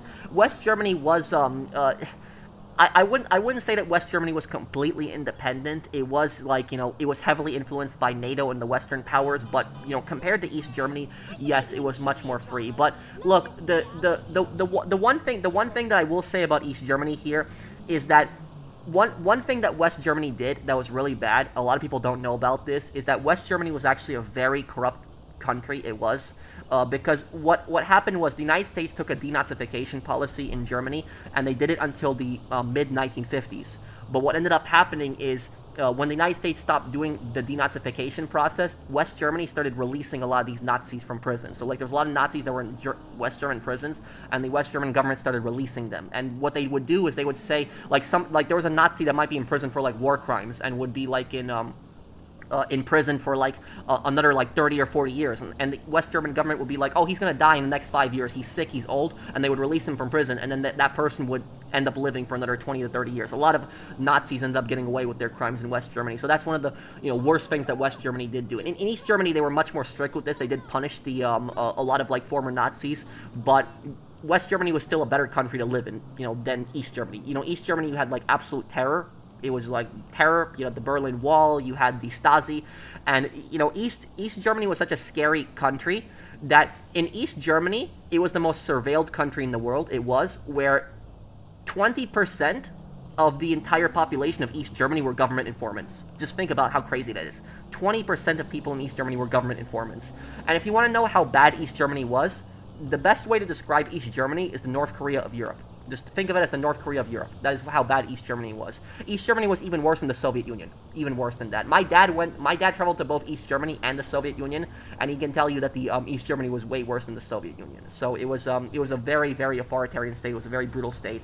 It was a pretty bad place. Who needs history class when we have pro over here? Thank you, Shades. Thank you for the super chat. And thank you, Fuzz Rob, for the super chat also. You need help sell something after I sold my counterfeit? No, I'm just helping people sell their stuff right now.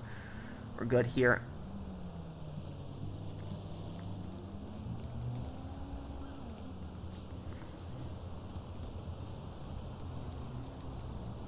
And look, here at the end of the day, I will say this is, you know, America is not a perfect country, but even though it's not a perfect country, it's not, you know, any other place that there isn't any other place that I would like to live over America. In America, you can criticize the American government as much as you want. You can say F the American government, you can say F the president. You can do all that stuff. You're not going to get punished for stuff like that. Like, I have criticized the Iraq war before. I've criticized the Iran war. I think the Iran war is stupid. I don't have the police come into my house to arrest me. They're not going to arrest me in the middle of the night and take me to a camp. They're not going to take me to a gulag.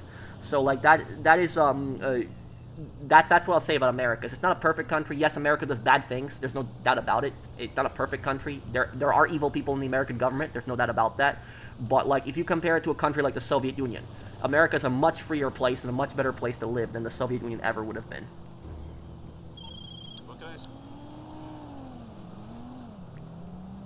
The United States decided to occupy Europe since 1945, right after liberating it. You still occupy my country with your bases and force us to buy your expensive gas. What country are you in, if you mind me asking? But when you mean occupy Europe, I don't know what you're talking about, because Europe constantly goes against the United States. So, like, there are a lot of things that the United States constantly tells Europe to do, and Europe goes against America. Like, a lot of people say that Europe is like a puppet of America, but for example is, you know, to be a member of NATO, you have to spend 2% of your GDP to be an official member, to be a member of NATO, and most European countries don't do that. And America has actually spent 3.5% of its GDP, so actually 1.5% more than what they're supposed to. And while America has told other countries to increase their spending, they refuse. They constantly ignore it. Like, Spain was told, for example, Spain was told like 2 weeks ago to let the American military use their air bases to basically attack Iran, and Spain said, no, we won't allow that. So, like, a lot of people say that Europe is, for example, like a puppet of America, but plenty of European countries, they constantly argue with America, and they constantly ignore what America tells them to do.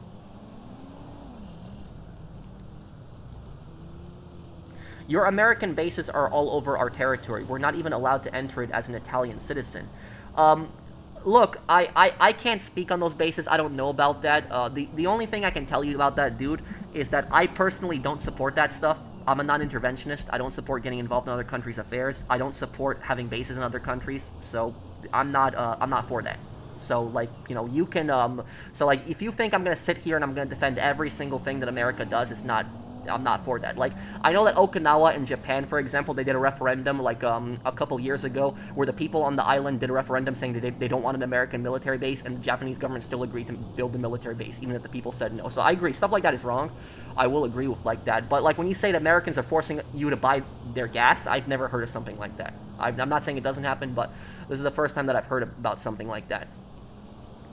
Have you heard about the 2 train derailments in East Germany that involved the Soviet military, which they tried to cover up, 1962 and 1968? No, I've actually never heard about Liberty City Police Department. Can you tell me more about it? I'm actually very interested by that. Does anybody need help, by the way? Send me an invite. I'll help you with your business.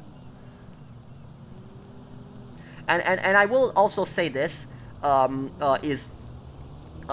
don't support, like, having military bases in other countries, but if the United States, for example, was to pull all of its military bases out of Italy, your country, I bet that your government would be completely against that. So I bet they would not support that. Not to say that maybe a lot of Italians will be for that, but the government itself, I can tell you, probably wouldn't support that.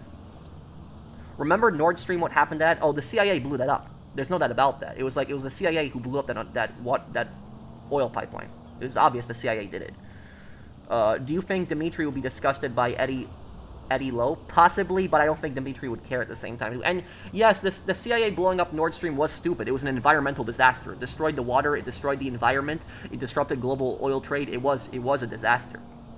You know what ended up happening. So it was and this is the problem here, Kenny. This is the problem. You think that because I criticize communism that I'm gonna just blindly support every single thing the United States does? No. You know, I criticize my country all the time. The only thing I'm trying to tell you is that communism is a disaster. That's all I'm trying to tell you. So I'm not gonna sit here and defend every single thing the United States government does. It's just.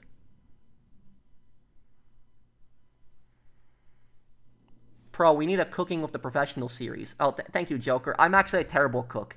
If Gordon Ramsay saw me, Gordon Ramsay would be screaming at me if Gordon Ramsay saw me. So I'm not a good cook at all. I'm not, dude.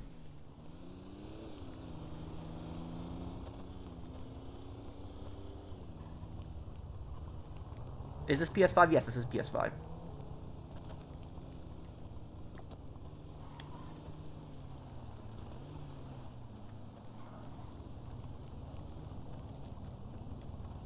Capitalism has hurt a lot of people too.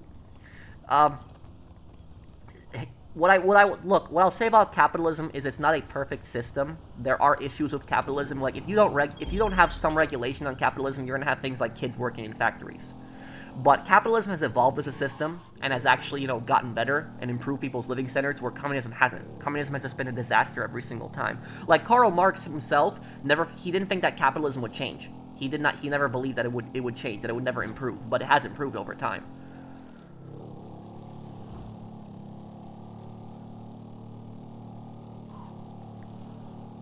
And also I will tell you one other thing. And this is honestly the last thing I want to say about this, because some people are probably sick of this stupid capitalism versus communism debate in the chat. The last thing that I'll really say about this is, do you know what the main difference between communism and capitalism is? The main difference between the two of them? You know what it is? It's not the economic system. I'm not even talking about how the systems work. I'm talking about socially.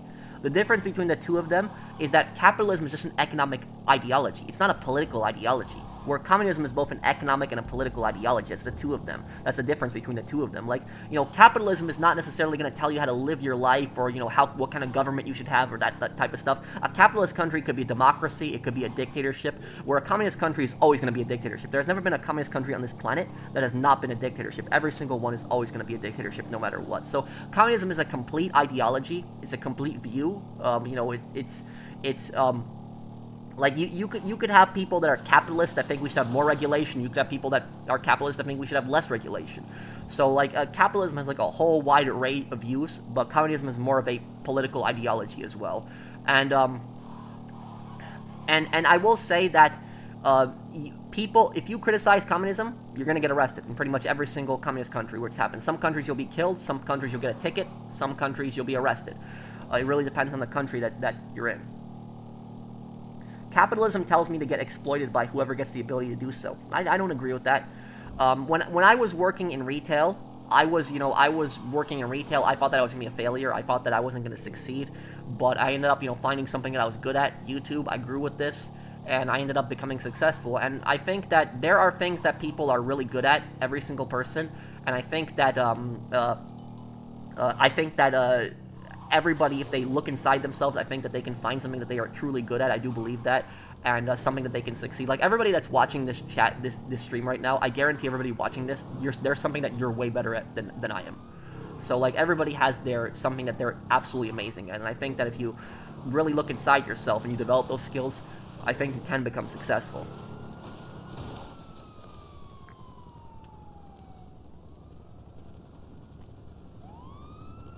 And also, Kenny, there's one thing I don't understand about you. There's one thing I'm a bit confused about you, because you say that under capitalism this happens, this person gets exploited. You always say oh, the United States forces you to do this and that, but yet you're advocating for communism, an entire system that's based upon force. You don't think that communists force people to do things? You don't think that communists take people's property? You don't think that communists really tell people how to live their lives? So I just find that a bit weird that you're constantly talking about how America tells people to do this and that, but yet you're sitting here and defending communism, which is literally a system that constantly rules people's lives and tells them how to live their lives and forces them to do what they want. Okay, leave it with me. I'm amazing at geography. I am too, yeah. How about high schoolers managing hedge funds? What about it, Zach? Thank you for sponsoring my channel, James Burns. Thanks, man.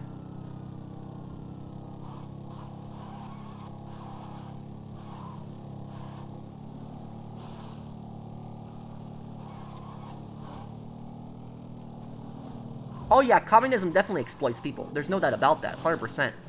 Yo, communism just runs on corruption. It is.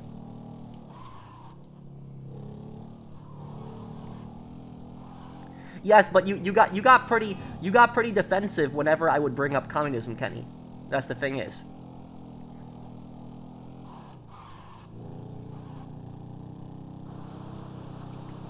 I don't understand how people get mad about like violence in a game like GTA. I don't think video games cause real world violence. I don't think they do.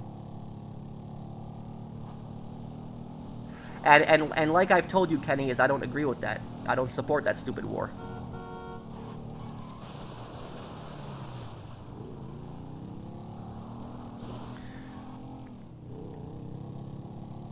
Let me see here. Why not get AI into government instead of humans? No, I do not want computers running the government. No, dude.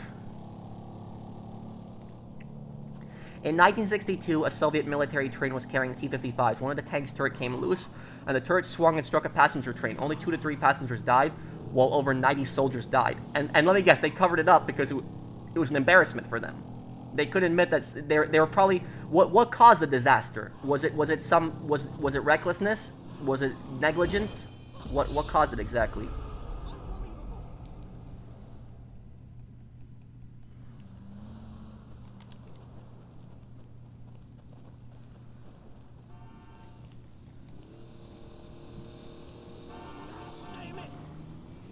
Let me see here.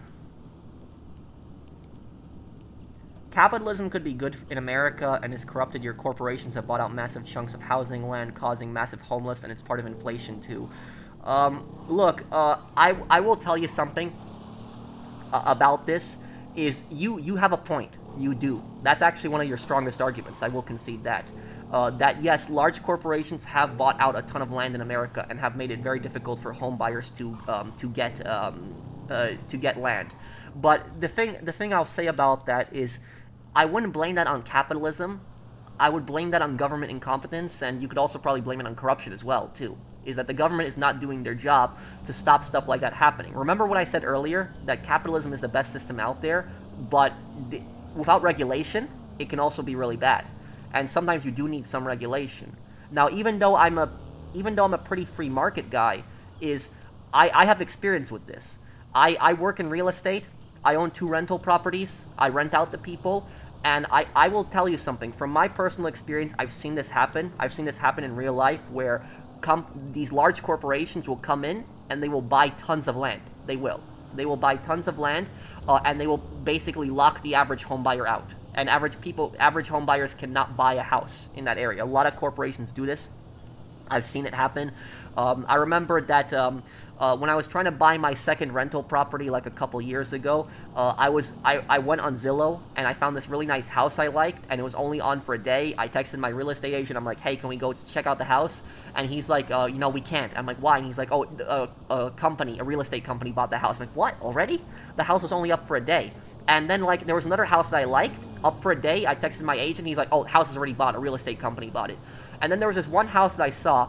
It was literally like 2 blocks away from my apartment, like literally 5 minutes of walking. And I really liked it, and it was only up for like a couple hours, and I told my real estate agent I want to get this house, this one right now. And we ended up, getting it and got it before the company came in. But the crazy thing is that on that street where I bought that rental property, almost every single house is owned by a bunch of real estate companies. And I live in the upper Midwest, and so I live in a, I guess you could call it a city, but it's nowhere near like the size of like where I'm originally from, the East Coast. Most people refer to it as a town here. And these large corporations have just bought up so many houses in like this single town. Like, it's just ridiculous. And I own those 2 rental properties. I just make passive income. It's just something I'm making on the side. I have never raised my tenants' rent, by the way. I've owned rental properties for 4 years, my first one for 4 years, and I've never raised my tenants' rent. Not once have I ever done that. So, like, I'm not part of the problem. I'm not some greedy guy that's, like, going around mass purchasing houses and just raising people's rent. I don't do stuff like that. But I've seen large corporations do it. I've seen it. and they come in with cash, they buy a house, and then people cannot buy it. And I will tell you that if I was president, I would, make laws where companies can't do that, where companies cannot own like a certain amount of the percentage of homes in like an area. I would do that. I would limit these companies because that's literally hurting the American home buyer. That is literally preventing people from owning homes. These large corporations coming in, just buying up houses, destroying the market, raising rents, causing inflation. I do agree that that is a massive problem. But here's the thing: is it's not just large corporations that are doing it. It's also countries like China, for example. China has bought up tons of farmland. Now China doesn't really buy up the houses. That's large corporations, but China has also bought a lot of farmland around the country, and I personally think that it's stupid. I really think it's idiotic, because if I was like a real estate investor and I went to China and I said, I'm gonna buy up a ton of your farmland, like I'm gonna buy hundreds of acres of land in China, you know what the Chinese government would tell me? Get the F out. Like, they would not allow that at all. If I went to Russia and I did the same thing, the Russian government would kick me out. But in our country, we let the Chinese government come in and we let them just basically buy up a ton of the farmland. It's stupid and idiotic. You know what I think I would do is I probably would pass like a law that says that when a house is on sale for the market, a large corporation cannot buy that house for like maybe like a week or 2 weeks. And if nobody purchases the house within like a week or 2 weeks, then the large corporation can purchase the house. And I might like cap it to like a certain amount. Like, corporations can only own a certain percentage of homes in like an area, and that would at least take a breather off of that and prevent these large corporations from doing the stuff that they're doing. But yes, it is it is a massive problem, and something does need to be done about it. And we haven't had problems like this decades ago. We've always had large corporations buying houses, but never to like this point, like BlackRock and like these other companies. It is a massive issue, and it does need to be stopped.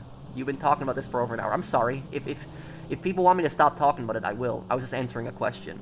But I will just say, I have experience with real estate. I've seen these large companies. I've seen what they do. I've seen them buy up houses. I know this is a problem. I've seen it in action. It's a massive problem. And here's the thing is, guys, I get harassed by these companies. These companies constantly harass me all the time. Like, I get letters in the mail every single month, constantly, of them wanting to buy my rental properties over and over again. They call my phone on different phone numbers, constantly, these companies offering me cash, wanting to get my house. They're pissed that I bought my house on the same block where they control all of it. But that's the beauty of America, though, is that in America, when you own your land, you own your land, and the corporation cannot force me to sell my land. So no matter how much money they give me, they can't take my land. And so that's the thing about that, is that's the one thing I love about America, is that in America, private property is actually respected. Okay, let's see here. My home state, Kerala, elected the first democratic communist government in the 1950s. I actually know about that. That was in India, right? And the thing is that in India, I know that communists have gotten a lot of power. They have been elected. I know that in India, like, the top communist politician, his name is actually Stalin. That's actually what he made his name.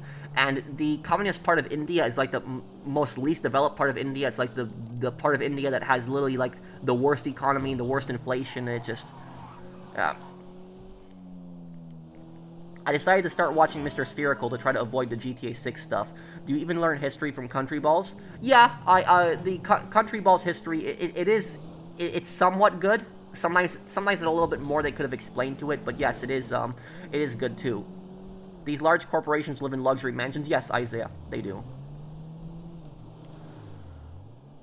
I will say that I appreciate you not supporting military occupation of other countries. However, I don't think you take this issue very seriously, which makes sense since you are not affected by it. I don't know how much more seriously I can take it. I've told you that I'm against it. So, literally, I don't know what else you want from me.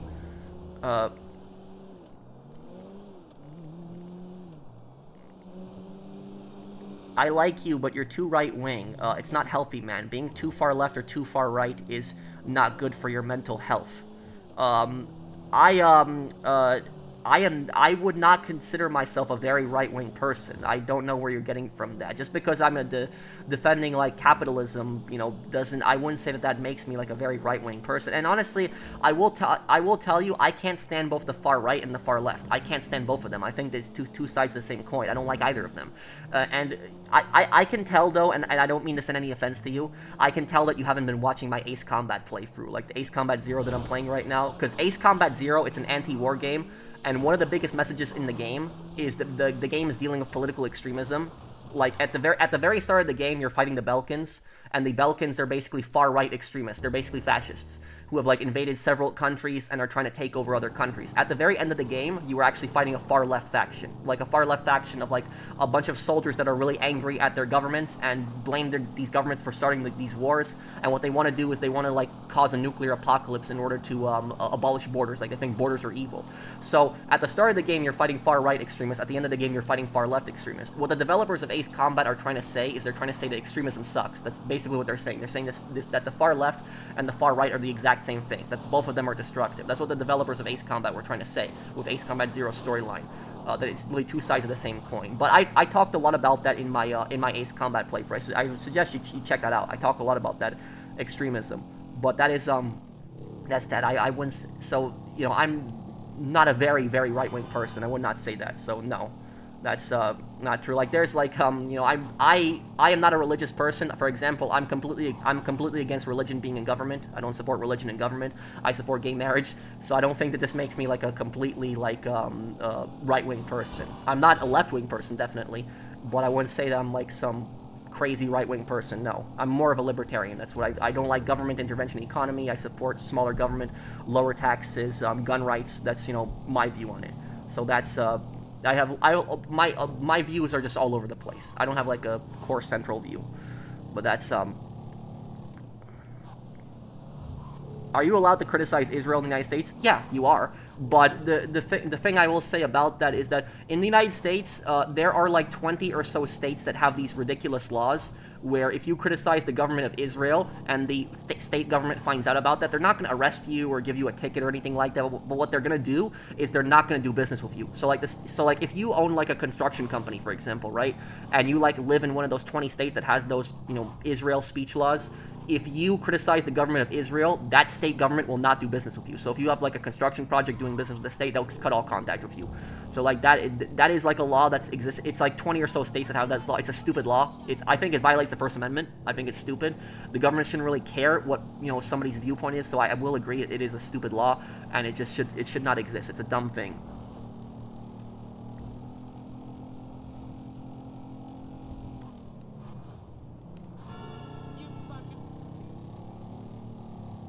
No, I'm not ignoring Joker. Joker's I see Joker's comment now. Pro favorite pizza. My favorite pizza probably pepperoni. Yeah, probably pepperoni. Always had that since I was a kid. Probably that one's the one I eat the most.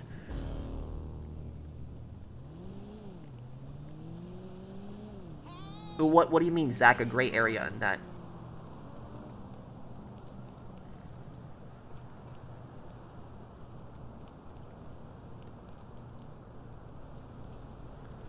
Well, West Bengal is controlled by TMC, I know that, and TMC is very corrupt. Like, TMC has been involved in a lot of corruption. I know Mamata is the leader of TMC, and in TMC they did some pretty bad things in that. The government tried to cover up. Like, there was a nurse that got raped in West Bengal, and the government in West Bengal tried to cover up the whole thing when there was protests going on. I didn't ignore super chats. I'm sorry. What about being politically independent? Well, I think that every single person should be as politically independent as they can. Thank you. Never killed anyone.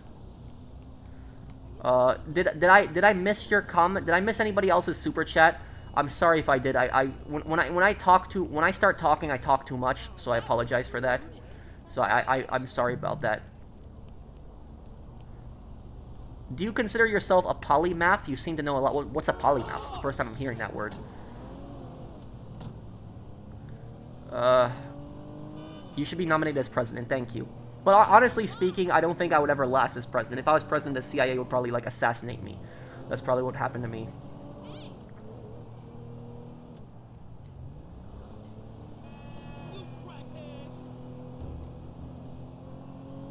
Thank you, King Email, for subscribing. I missed like 4 super chats. Let me look. I'm sorry. My bad. I'll take responsibility. I'm sorry. Let me look here. Whose super chats did I miss? I gotta go into my YouTube menu because I can't scroll all the way back. So I gotta check the super chats individually here. Let's see. Who did I miss here? Let's see here. Thank you, Bunny, Isaiah. Oh, Firestorm. I missed your comment, Firestorm. Sorry. The $10 super chat earlier. communism is a system made by losers who think they can tell people how to live. They lost, so they snuck in the schools to brainwash the kids, and now the young folk think the losers were right. Yeah. I think that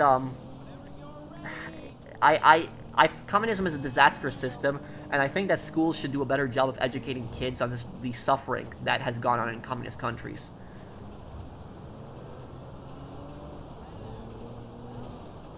Do I speak other languages than English? I speak Polish. I also speak part Spanish. ¿Cómo estás? Yo estudio español todos los días y yo quiero ser bueno español con mis amigos. If that was good. What do you think of Ayn Rand, Pro? I consider myself an anarcho-capitalist, but I agree with a lot of her ideas. Oh, you mean like Ayn Rand, like, she wrote those books about, like, the free market, and, she really did not want any government intervention whatsoever. Like, I know that, like, for example, like, Andrew Ryan in, BioShock is based heavily on Ayn Rand. I haven't read her work entirely, so I cannot speak on it. I just know she's, like, a free market philosopher. I know that. But if you're asking me, like, if I don't know if you know who Andrew Ryan is, though. Andrew Ryan is the guy, you know, he's inspired by a lot of Ayn Rand's ideas. In BioShock, I like Andrew Ryan a bit. I do like a lot of Andrew Ryan's ideas. I do like a lot of his ideas before he went crazy. I do think he had a lot of good ideas on how he wanted to build Rapture, like build a city without, like, government control, and, like, people, like, are able to keep all their money, no taxes. Generally, he has, like, a libertarian utopia to his, like, idea. But unfortunately, a lot of it went bad in BioShock. Like, the Atom turned people into slicers. The Fontaine brought in the Mafia, and then Ryan went back on his ideals. He went crazy. He started arresting people. So, like, that's the thing is that BioShock was such a great game. Like, I love the politics in BioShock so much. But I don't think that Andrew Ryan was, like, an evil person. Like, a lot of people think he was an evil person. I think Andrew Ryan was generally a good person. I think he was. But I think that he went too extreme over time. He went back on a lot of his ideas. I do think he meant well at the first. He did want to create a city where people could actually live good lives. But it was just, like, a lot of it didn't work out in the end. If you look at, like, Sophia Lamb in BioShock 2, I think she was actually evil. I don't think Ryan was evil. I think Ryan was more bad, but, like, Lamb, I think, was actually evil. Unpopular opinion, Trevor Phillips is so overrated as a protagonist. He's edgy and different, sure, which is why fans glaze over him. Don't come at me. Well, I will tell you something. One thing I never could stand about Trevor is how Trevor killed Johnny. I could really never get over that, Sweet Pumpkin. And I was never that big of a fan of Trevor, honestly. What is my favorite book? Animal Farm. Yeah, Animal Farm is probably my favorite book.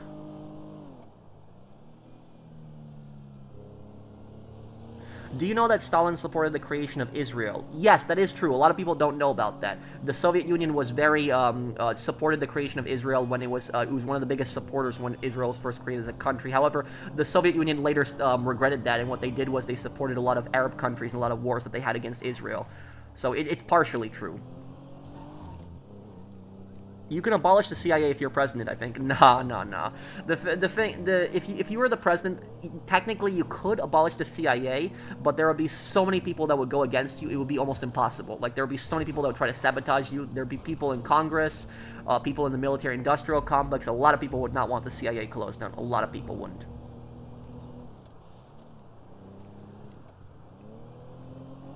Goodbye, Pro. I'm gonna soon run away from home. Too much things has happened in the last 4 years. It's too much. I hope to see your streams one day. I mean, don't do that, Liberty City Police Department. I hope everything is okay with you.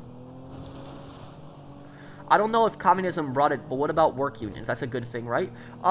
Yeah, I will. When it comes to unions, I think unions can be a good and a bad thing. I think they have more of a positive view than a negative view. But when it comes to the communism, and I hate bringing up the communism again because I know we talked about it for so long, but the ironic thing is that in communist countries, you are actually not allowed to form a union. A lot of people don't know that, and that's what's so ironic about that. Communists constantly talk about how workers should have the right to form a union, but in communist countries, forming a union is actually illegal. A lot of people don't know that. You can't form a union in communist countries. And what the communist governments say is they say, oh, you don't need a union because we are your union government. We represent you. Oh, is that really true? You gotta trust the government to, be your union. So if you tried to form a union in any communist country like the Soviet Union, Cuba, North Korea, you get arrested for that. That was not allowed. So, and not only that, you also are not allowed to actually strike in communist countries. You can't. So that's what's so ironic about communist countries. Communists talk about, we're all for the workers, we support workers' rights, we're for the working class. But here's the thing is, if you are working in a factory, if you worked in a factory in the Soviet Union, right, and your boss, your supervisor was overworking you in the Soviet Union, and was not giving you a break, and the factory was unsafe, there was unsafe working conditions, if you just walked out, if you just basically said, that's it, we're going on strike, if you all walked out, you get arrested for that. Strikes were illegal in the Soviet Union. You were not allowed to do that. In America, you could strike. You could walk out. You could say, you know what, F this, and just walk out. And you're not going to get punished for that. You might get fired. That might end up happening, sure. But the government's not going to come and they're not going to arrest you. That's not going to happen. So yeah, so unions can be a good thing. Companies try to deal with them. Unions will protect you in a lot of situations. Like my mom is in a union, and she works as a cleaner in Manhattan. If she wasn't in that union, she probably would have been taken advantage of by her company, definitely.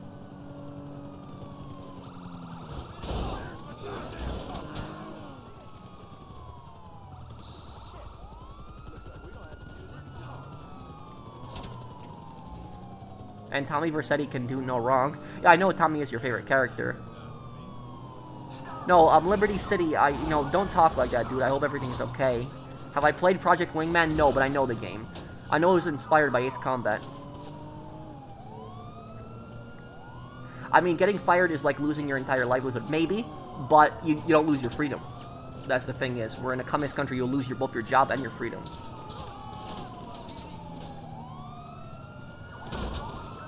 Andrew Ryan didn't want morality in society and no ethics when it comes to science and rapture. Is that a bad thing and a recipe for disaster? It can be. That's what Adam did. Like, Adam was just like a complete disaster. Like, Adam destroyed rapture. It caused so many problems, it did.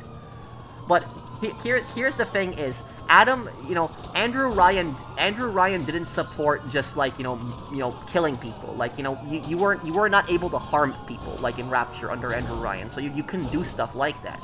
But what Andrew Ryan did not support any kind of regulation when it came to experiments in science and stuff like that. So while people weren't allowed to be murdered and stuff like that, there was some science experiments in Rapture that just got completely out of control and did some pretty immoral and really nasty things.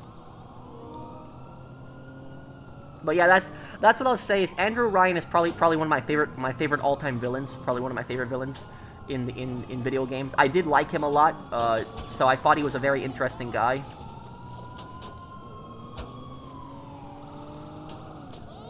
Damn, these cops are just so annoying today. Okay, trying to lose this here.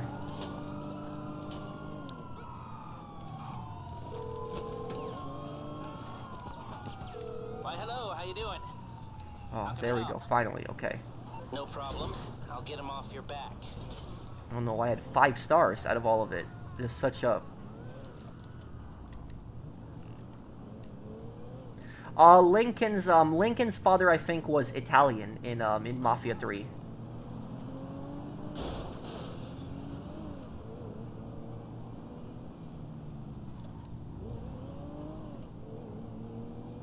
I see a lot of military enlistment ads here, promising lots of money and freedom from debt. Yeah, I don't know why I had 5 stars, and yeah, this whole war that's going on right now is just stupid. I'm not in agreement with this right now whatsoever.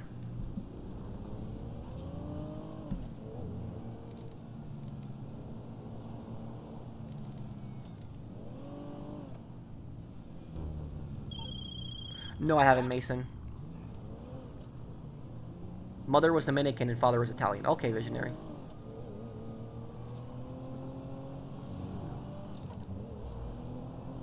Have I seen 1984? No, I actually surprisingly have never seen the movie. I know it's based on the book, but I should watch the movie.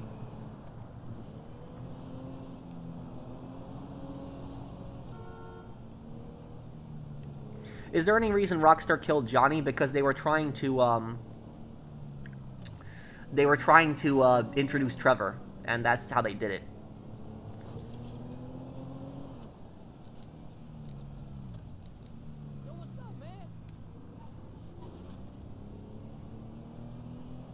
Do I see the war in Iran lasting close to a year or even more? Remember what I told you guys a month ago. Remember what I told you guys a month ago when this started. So a month ago when this war started, people were asking me, how long did I think this would last? And I said a month ago, I said the United States government is full of crap. And I said this war is not going to last for a month. It is not. And like I remember the U.S. government was saying, oh, it's going to be a week, and then they said it's going to be a month, and then 2 weeks ago they said, oh, it's only going to last for another 2 weeks, and 2 weeks have passed, and it's still going on. So this conflict could last for until even the end of the year. Even when GTA 6 comes out, I wouldn't be surprised the Iran war is still going on, if that is still happening. This conflict could basically turn into America's Ukraine. It could be like a never-ending war. That's basically what this could be. Do I feel bad for Victor Vance dying in GTA Vice City? Oh yeah. Yeah, I mean, when we first played Vice City, we didn't really care that much, but when we played Vice City Stories, they took like a side character and they created such a big story around him.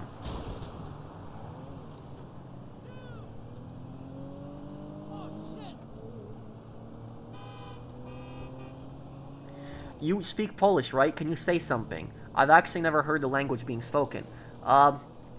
Jak się masz? Ja umiem gadać po polsku I ja przeczytałem twój comment. So I said, how are you doing? I can speak Polish and I just read your comment.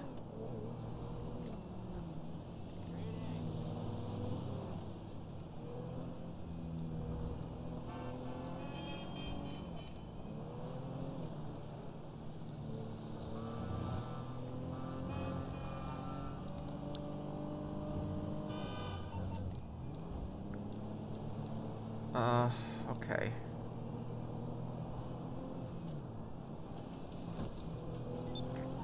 Let's go help him out here.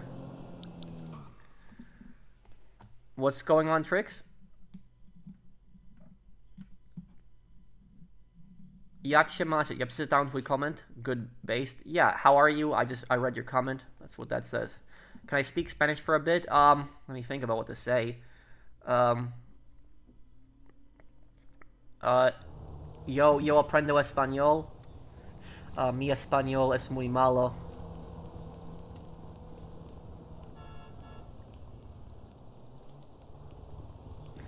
Me gusta videojuego Grand Theft Auto.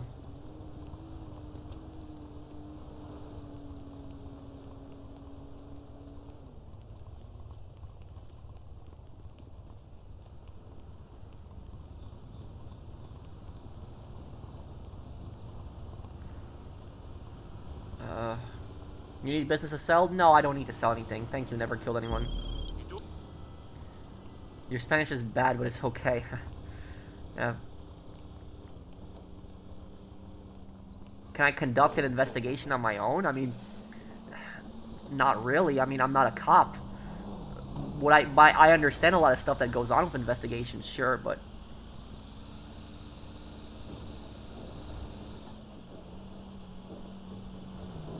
What do you mean, Ozman? What's your... I'm confused.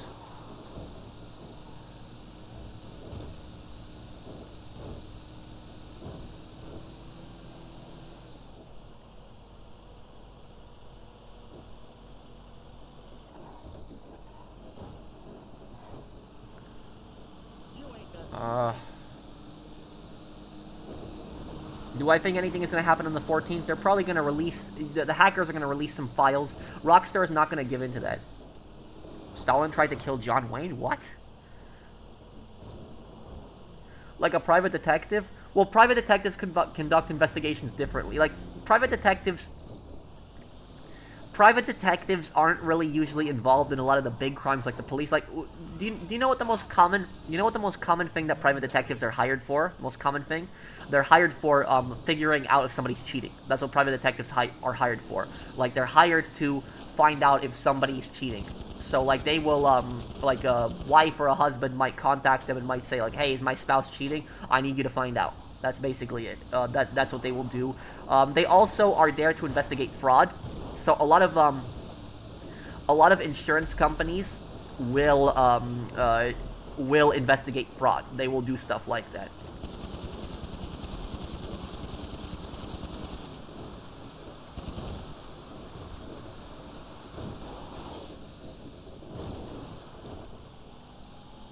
The Rockstar leak is already on the dark web for sale. That I didn't hear. Never knew they could investigate cheating. Well, there's nothing that says that they can't. You know, they can't trespass, obviously. But in most places though, like for example, if a private detective follows like a woman that he's hired to, and he follows her and he watches her go into a restaurant and like meet a guy and kiss him and then have dinner at a restaurant and he takes a bunch of pictures.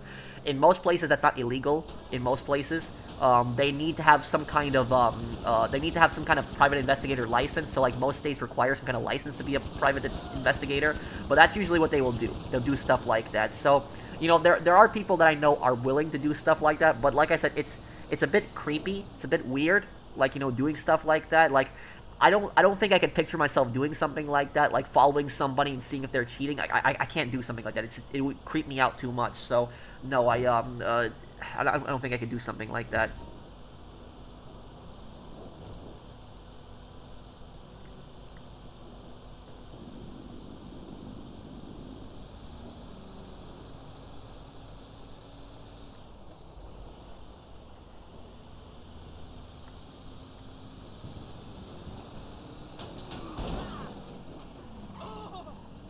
Did you see all the fraud Nick Shirley exposed? Oh yeah, I watched those videos. He did a really good video on exposing like a lot of the daycare frauds, and then he exposed like the hospice frauds in California. Yeah, he did pretty good with that.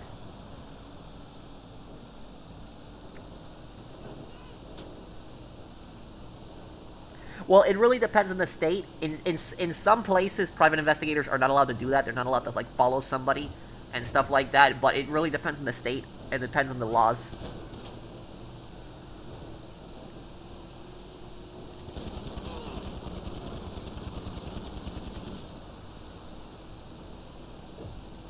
Well, to be a private investigator, you really don't have to go for any courses, really. You don't even need a college degree or anything like that. You would just need to get the license from the government. That's pretty much all you would need.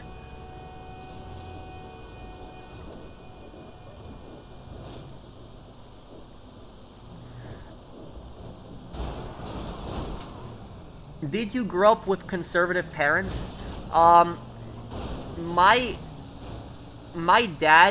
My dad was more of a right-wing person. My mom is pretty neutral. She doesn't like really talk about politics much. She tends to stay away from that. But both of my parents never pushed any kind of political agenda on me. So like my dad never told me how to think or what to vote for or what to view or, you know, any of that stuff. So neither of my parents really told me to, you know, how to vote or what to believe or stuff like that. I have also a lot of my family members have very different religious views. So I come from a very diverse, you know, family. Like for example, like most of my father's family are Muslim. So a lot of his family in Poland are Muslim, and if you're a lot of people get confused about that when I tell them that my father's family are, you know, Muslim and they're Polish, but that's because my father is a Polish Tatar, so he's they're a Central Asian group that actually have lived in Poland for hundreds of years, and they're mostly an Islamic people. But I also have a lot of my family members that are atheists, and a lot of my family members are also Catholics.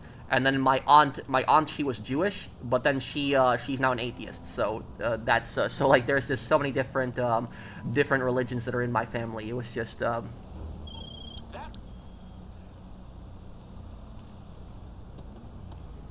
the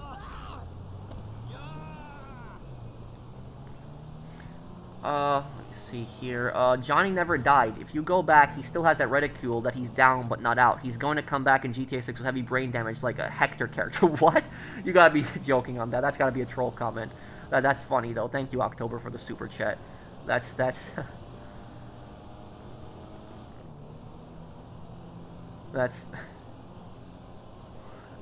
Thank you for the super chat. Does anyone need help with a heist, by the way? I can help somebody with a heist if anyone needs help. What's your question, Monster?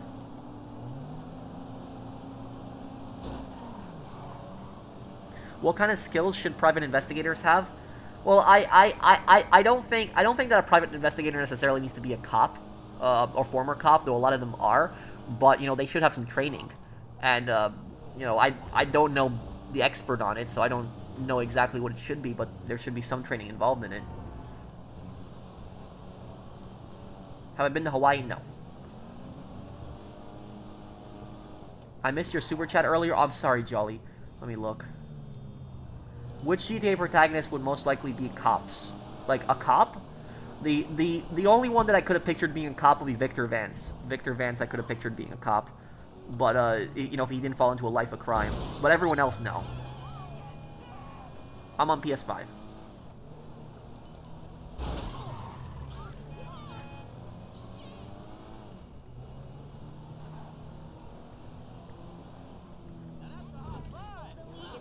Well, I will tell you this. I don't know if I ever want kids, but if I ever do have kids, I will tell you this. I would never push a political agenda on them, ever. Like, I would never tell them how to think or anything like that.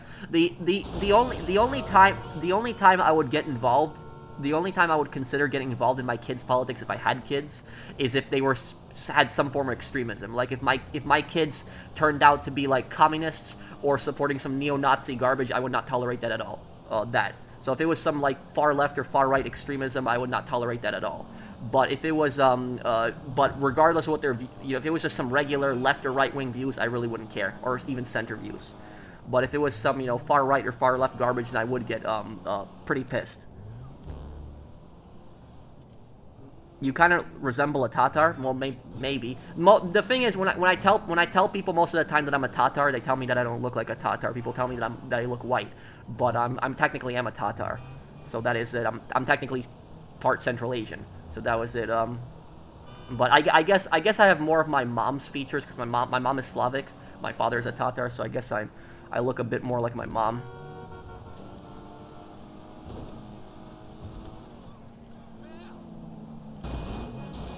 Here.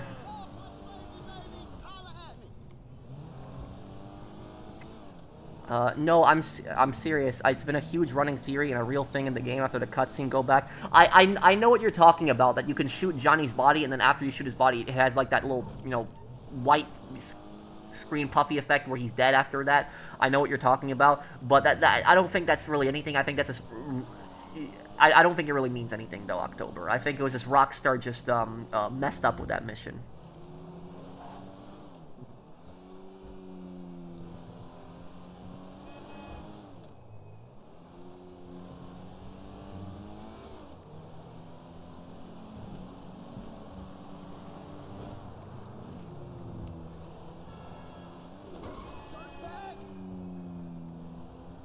What about religion? I'm an agnostic. If you're asking what you're asking me about my kids' religion, I would not push any kind of religion on them. That's it. I would tell them believe whatever you want to believe. Do I think the United States would have gained more independence if the British monarchy had more power? If the British monarchy was more authoritarian, the United States would have gained independence even quicker, because people would have been more sick of them. Thanks, man. Go help your friends. Well, thank you. Never killed anyone. Does anyone need help with a heist? I'm not getting any heist invites right now. No heist tonight. Do you think the hackers will release the info? Yes, they will. Rockstar isn't going to pay up. I am not a member of the Green Party. I would never vote for the Green Party. I don't know what you're talking about.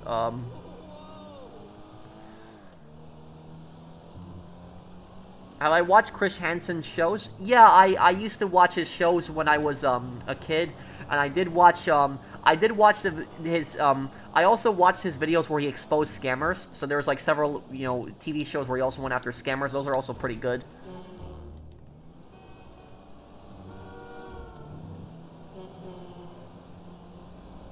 What are we selling here?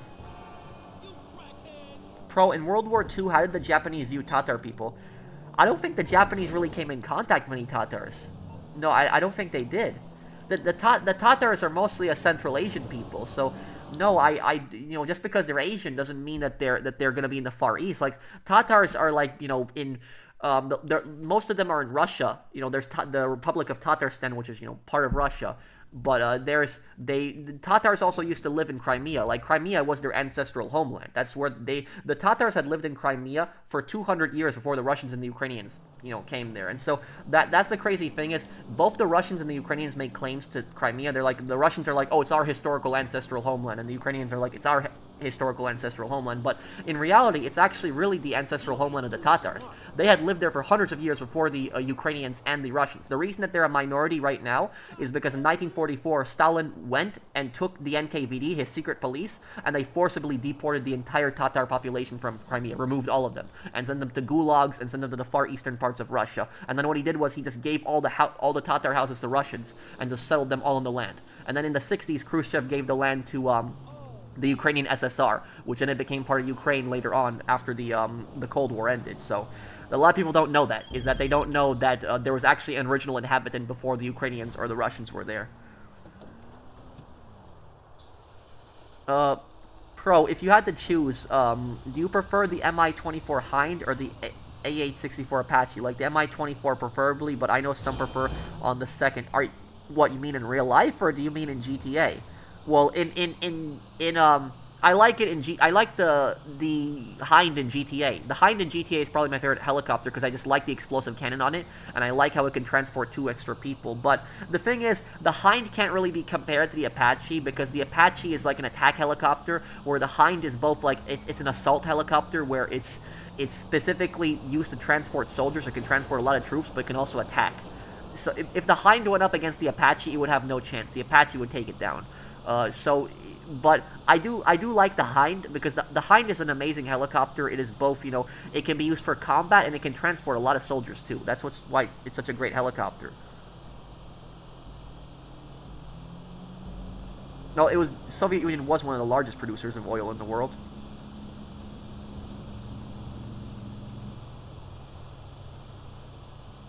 No, I've never watched Starship Troopers, Zach. Next week, 420 update. Love watching your videos. So thank you, Kenneth. It's gonna be 13, 14. So yeah, it's the next Tuesday. It's gonna be the 21st. Rockstar's probably gonna have some event with the weed business. Is probably what they'll have.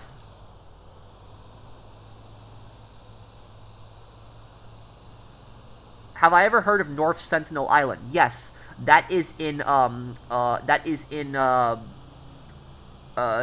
India. It's North Sentinel Island is an island that it is an island that has these tribes that live on it, and the tribes, like, they have not had any contact with any outsiders for a very long time, and they are very hostile towards outsiders, and the Indian government has actually made it illegal for people to go to the island because the tribe's culture is just so much different. But also, the thing about North Sentinel Island is that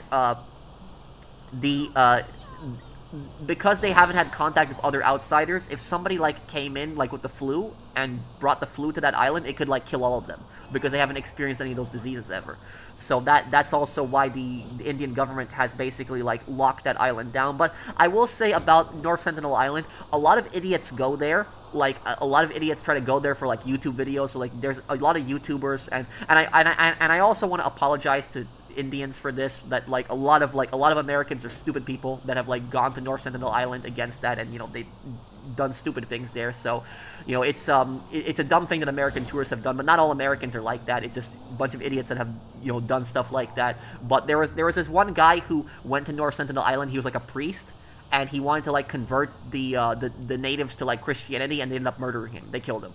And I don't know why he went to the island. Like, literally, he was told, don't go to the island. They will kill you. Like, they hate outsiders. If they see an outsider, they see them as an enemy. Like, they are very violent on that island. If they see somebody that's not part of the tribe, they will kill them. They are very violent. So the natives on North Sentinel Island, those guys are even more aggressive than the Comanches. Like, the Comanches were largely considered the most aggressive Native American tribe in America. Like, they were the most warmongering tribe. But the natives on North Sentinel Island are even more aggressive than them. So that is, so I don't know why that priest thought that it was a good idea going there. I'm not saying he deserved to die or anything like that, but it was a stupid. I don't know why he went to, like, an island that has, like, a bunch of, like, very hostile natives on it, and he thought that he was going to convert them to Christianity.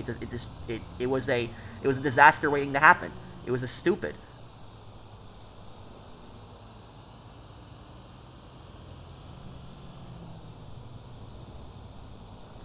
At least it's poetic then. Man went through all that just to get stomped out. That literally is the gang life in real life. What, you mean what happened with Johnny? Comanche literally means enemy in the Ute language. Yes, Comanche does mean enemy, yes.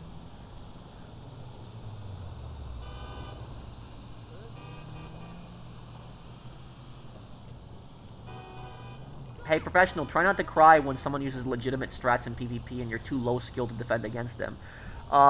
By legitimate strategy, I really hope that you are not talking about easy way out. Because if you think that that's a legitimate strategy, I really don't have any words for you.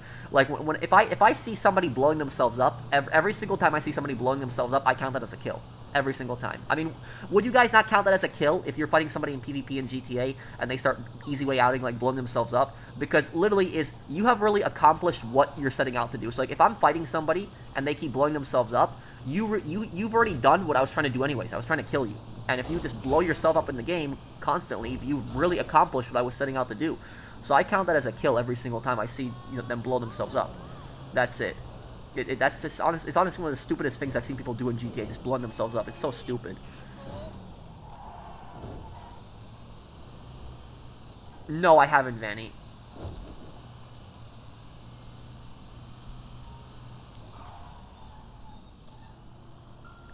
One country from the former Yugoslavia to visit in present day, what would it be? Serbia, Croatia. Yeah, oh, I know about that. The streamer went to the island with a can of Coke. What an idiot.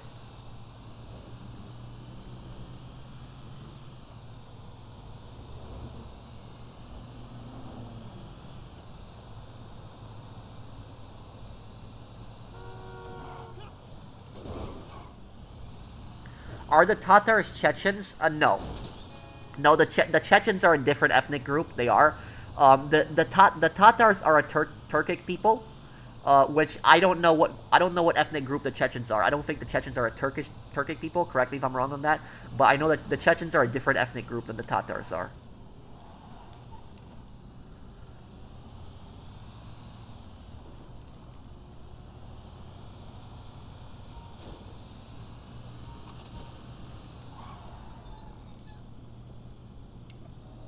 Oh, there's still one more? Okay.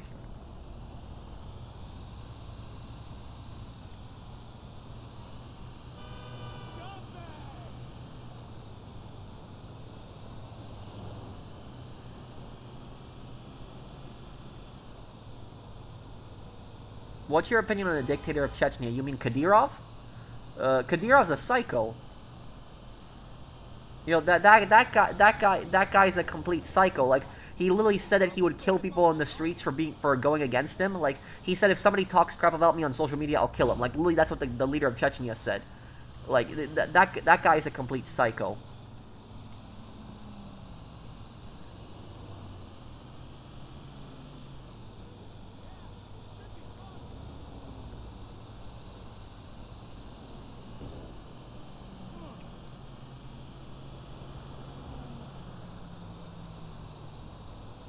I mean, I wouldn't say that entirely visionary, because if there isn't rules within the family, no one is going to follow it in there, too.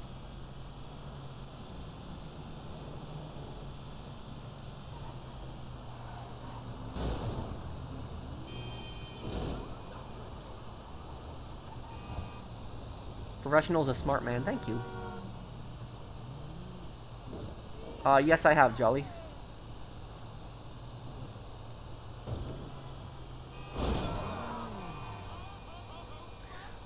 What do you mean, Ken Rock?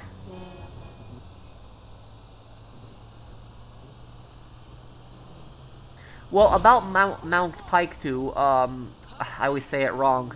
Do you know that the North Korean stories say that Kim Jong-il was born on that mountain? Like, it was like considered Korea's most sacred mountain, but it's actually BS. Kim Jong-il was actually not born on that mountain. He was actually born in a poor Siberian village when his father was on the run from the Japanese.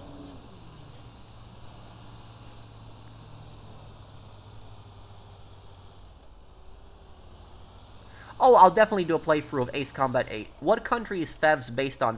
What you mean when they say Wings of Fevs? Or Thieves in Ace Combat 8? Thieves is not a country, it's just the name of the title of the game. The main country, the bad guy country in Ace Combat 8 is going to be Satoa. Satoa is a brand new country, And about Satoa is we don't know really anything about Satoa. The only thing we know about the country is the country has existed since the early Ace Combat games. Like, even since Ace Combat 0, Satoa has existed as a country, but it's never been in a game before. It was there on the map. But we really don't know much more than that. They're supposed to be the villain country.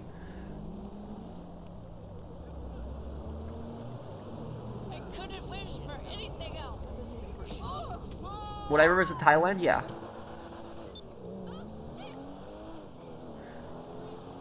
Pal, I've heard of them before, Kenrock.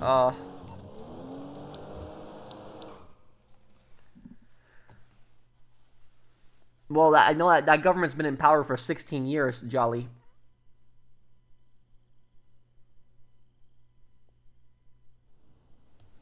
And they lost the election pretty badly recently.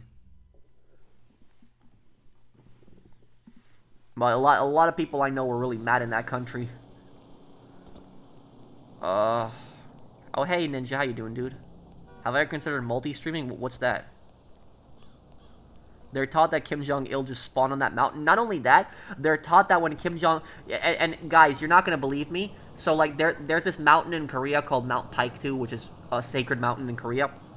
In North Korean propaganda, they're taught that when Kim Jong-il was born on top of the mountain, that the seasons changed from winter to spring and double rainbows appeared. Like, I'm not making this up. That's actually what the North Korean propaganda says. That when he was born, that it went from winter to spring, the temperature turned warm, all the snow melted, and 2 double rainbows, came up.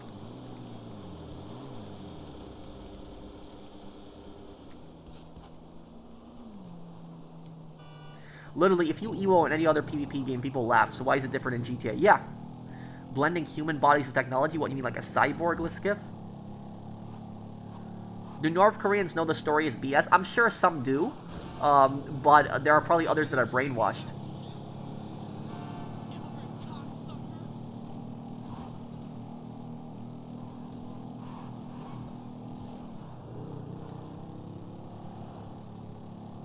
Is there a chance that Putin's successor can be Victor Bout, Merchant of Death? Was it a mistake to release him from the U.S. jail? Let me answer the second part of your question first. Was it a mistake to release him from jail? 100%. That guy was the Merchant of Death. If you ever seen the movie Lord of War, that's who Yuri Orlov is based on. Is that that guy was responsible for so many atrocities in other countries. That guy had armed the dictator of Liberia. I'm trying to remember the name of the dictator of Liberia, but he had armed him, and that guy had done some unspeakable terrors. He also armed FARC, which was a communist terrorist group in Colombia. But could Victor Bout become the leader of Russia? No. He's not going to become the leader of Russia. He actually joined the Liberal Democratic Party of Russia recently, which the Liberal Democratic Party of Russia is actually an ultra-nationalist political party. It's actually an extreme party. It's even more extreme than United Russia. Like, United Russia are the people who control the government of Russia, so that party is even more extreme than the current ruling party. Like, for example, like, Liberal Democratic Party of Russia has proposed using nuclear weapons in Ukraine, and they've also proposed shooting all their political opponents. So, he's not going to succeed Putin because he is not in the same party as Putin. And they are, so, yeah. It's not going to... Charles Taylor. That was him. Charles Taylor was a dictator. I prefer spring season over summer. I do too. I'm not a fan of summer personally. Thank you, Isaiah.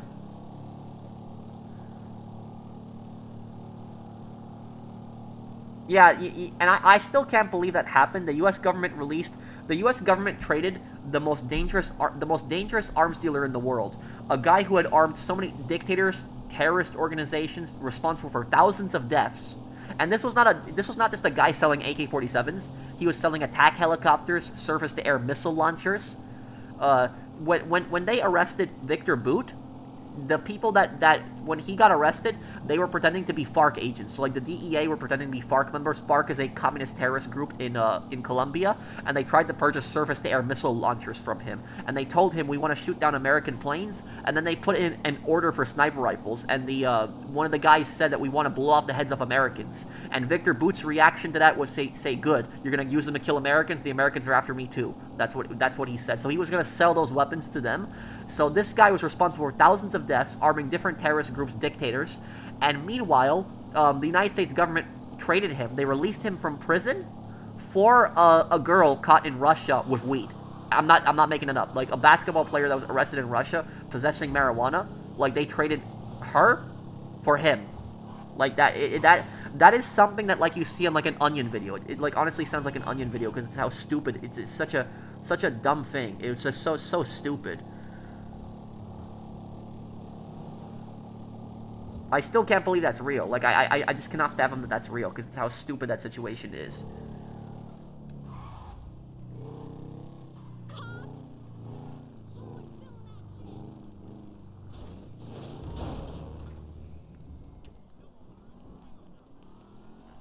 No, I don't think they're bringing back Johnny. It's not gonna happen. Live stream on multiple platforms is multi-streaming. What do you mean live stream on multiple platforms? What, you mean like different games on different systems?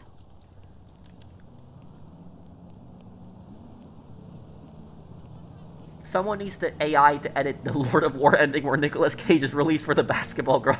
Oh, that I would actually watch that. That'd be funny. But Lord of War 2 is actually coming out next year, so there's actually a sequel to that movie coming out next year. Maybe they'll actually have a basketball reference to that. But that movie is actually coming out next year, and I'm being serious. There is actually a sequel to the movie coming out next year. Nicolas Cage is coming back.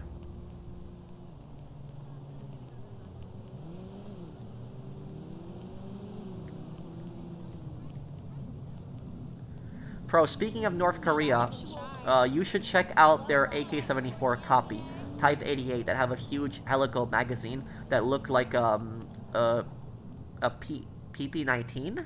What? Let me see this. I'm gonna Google this gun right now. Thank you, Jolly, for the super chat. Type 88, North Korean AK-74.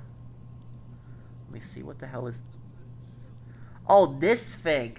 I've seen North Korean soldiers walk around with this thing in military parades, but I never knew what the name of the gun was. Yeah, it has the exact same magazine as the PP-19 Bison, like the Russian submachine gun. It has that tube magazine. Yeah, that is. You know, I wonder how reliable that system is. Like using a tube magazine for an AK platform. I wonder actually how reliable that is. I'm really curious on that.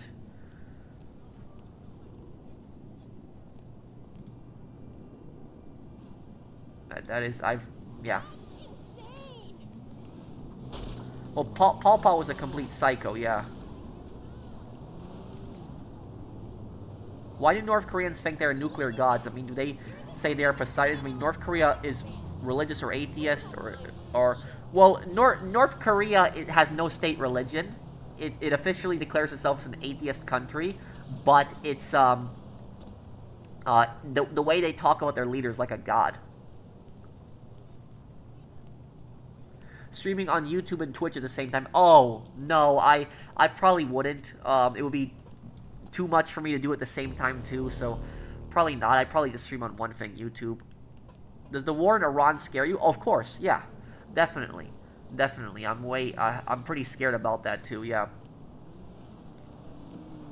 What is an Onion video? Is it a YouTuber? Onion are basically like a satirical news parody site. Like, they make fake news stories. It's not real, but it's like a joke. It's called Juche. Yeah, that's their ideology. We'll probably do it another time if that's okay, James. Let me just see here. Well, Tony doesn't have the resources to have that many guys, too. That's kind of nanotechnology, computer chips, and humans to enhance their abilities and skills. I would never want something like that. I never want a chip put in my brain. No, no.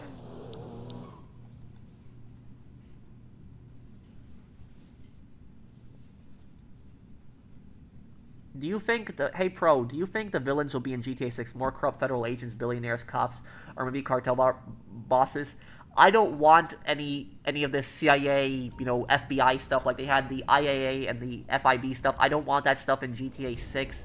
I want GTA 6 to focus really on crime, I want like cartels. Like cartels, I want. They could bring back the Russian Mafia because the Russian Mafia does actually control a presence in Vice City. They confirmed that in GTA 4.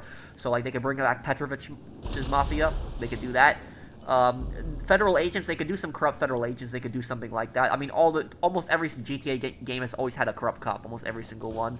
But I will also say the corrupt billionaires no more. Like they did the billionaires in GTA 5 with like they did it with Devin Weston, and then they're doing it with Mr. Faber. But I don't want any more of the corrupt billionaire stuff. Thank you, Maria, for the super chat. Do I have any socials outside of Patreon? Twitter.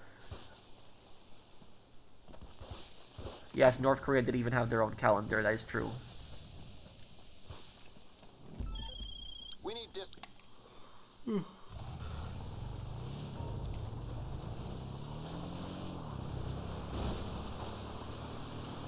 What's that, Jack? How do you balance in a setting like Vice City? How do you balance introducing new characters while respecting fan favorites from previous games? Well, they're not gonna have any old characters from the GTA games because it's in the HD universe. You know, they're gonna have Phil Cassidy, but Phil Cassidy is just a reboot. That's what Phil Cassidy is gonna be. I'm probably gonna go here first.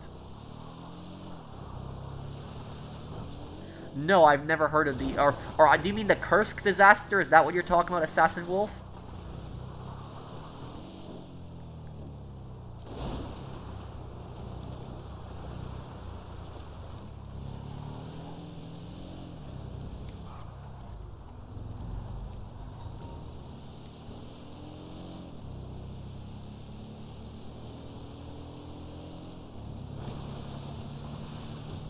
Calling Ghost story was amazing. He was okay in some things, and other things he messed up in NBA. He was way better than he was way better than Johnson though. What's for dinner? I'll probably have some soup.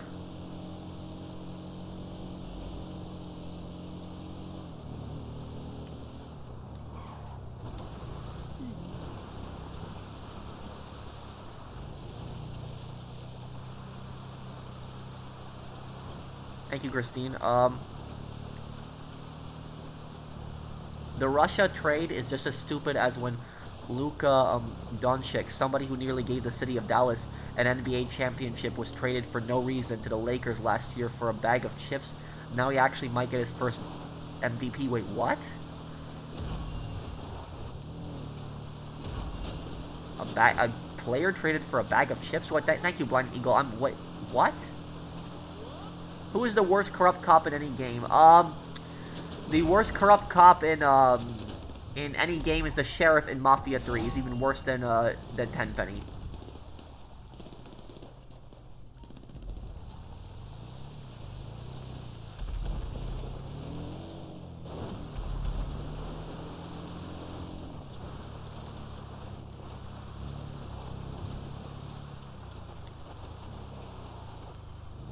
What about it, Hunter?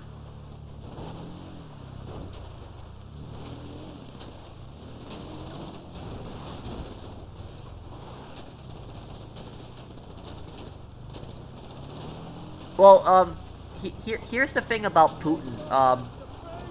And this is what people don't understand about Putin. Putin does not support communism. He does not support bringing back the Soviet Union. When Putin praises the Soviet Union, he's praising the influence and power the Soviet Union had. So what he misses the land that the Soviet Union had, the power and influence, but not necessarily the economic factor of it. So he prides himself in like the land and power the Soviet Union had, but not necessarily the communist ideals of it. So that's the backstory of Putin. So that's why he's not putting communism in Russia.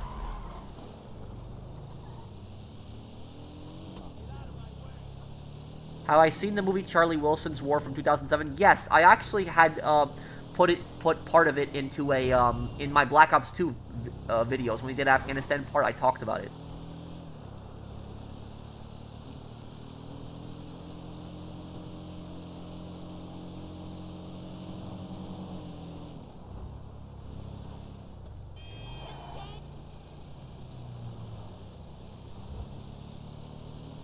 I mean, I would give him timeless skiff.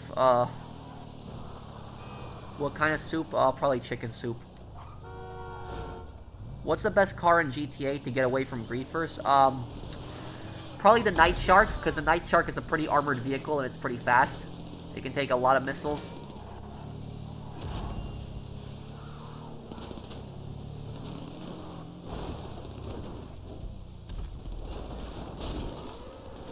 Oh dear, I hit a deer. Okay, let's go here.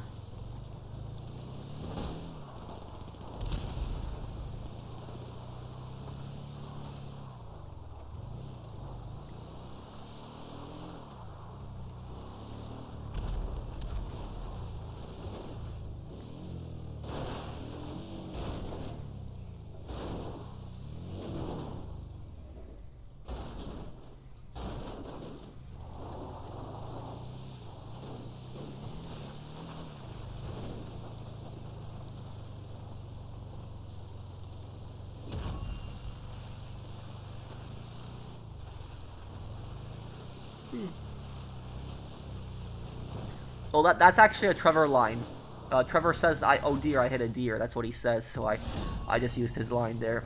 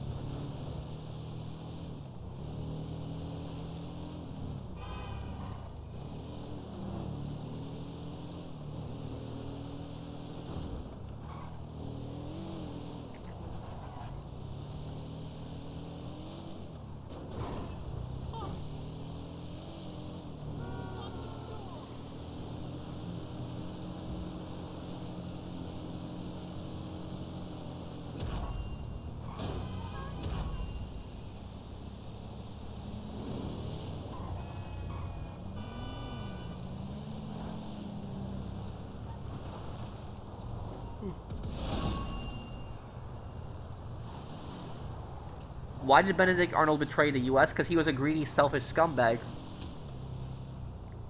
He felt he wasn't getting enough credit, and he felt he wasn't getting paid enough. But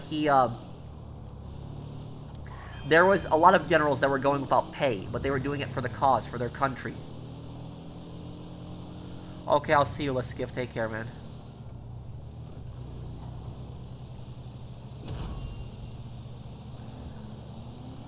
I did Death Storm on Sniper Elite. They were very difficult.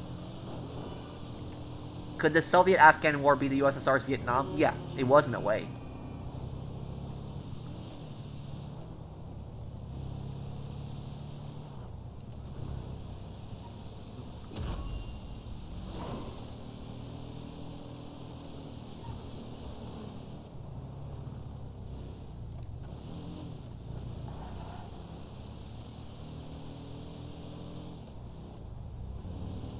It's an expression. I'm saying he was traded for a veteran player with a notorious injury history, a second player that's mid at best, and first round draft pick that Utah Jazz got.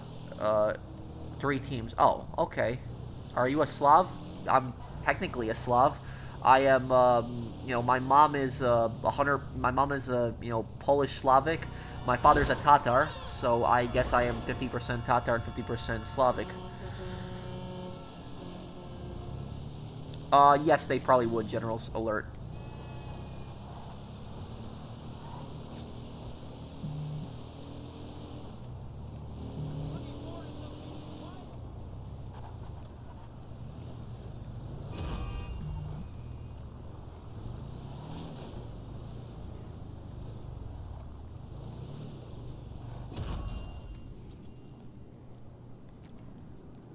Why did the USSR lose to Afghanistan? USSR had better weaponry because the Mujahideen were so resistant. It was a mountainous country. They couldn't conquer it as easily as other countries. The resistance was just so fierce. Can I understand Bosnian? No, I can't. I'm sure there's some words I might be able to understand because there's a lot of similar words between Slavic languages, but no, I wouldn't be able to understand Bosnian if someone talked to me in Bosnian.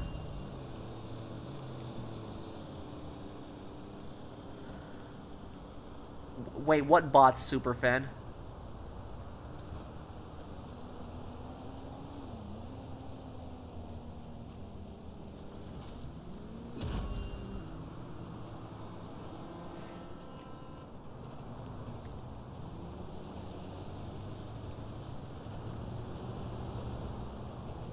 I don't know, Brad. Do more streams about the mask on Pro. Well, thank you. I do them on my Red Dead streams, and I'm gonna do a stream this Wednesday. We'll play Yakuza Kiwamis. That'll be without the mask too. Have visited Eastern Europe? Yeah, I have. Last time in 2010. Oh, he's my friend. We still talk to each other, NBA.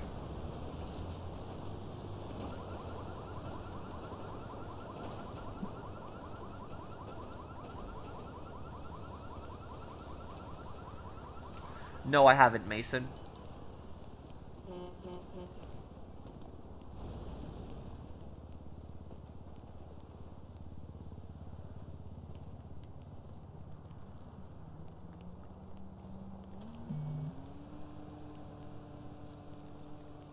If GTA 6 is released, are you planning to do a full review? I'd love to hear your thoughts on the story, gameplay, online features, and more. Yeah, I probably will do a review. But I'm going to be focused primarily on the single player when I play GTA 6 for the first time.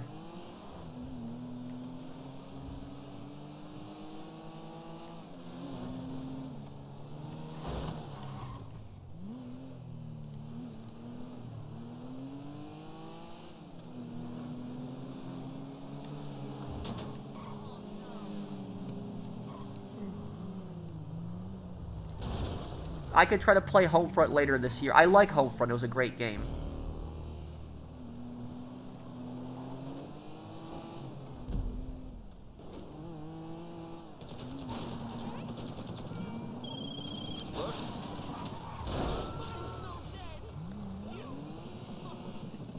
What's my favorite fun fact about Ireland? I don't know anything I can think of. My name is actually Patrick, but I'm not Irish. Can you ride a motorcycle in real life? When I was younger, I had a motorcycle permit, and I did ride a little bit of a Ninja 250, but I gave up on it. That was like more than 10 years ago.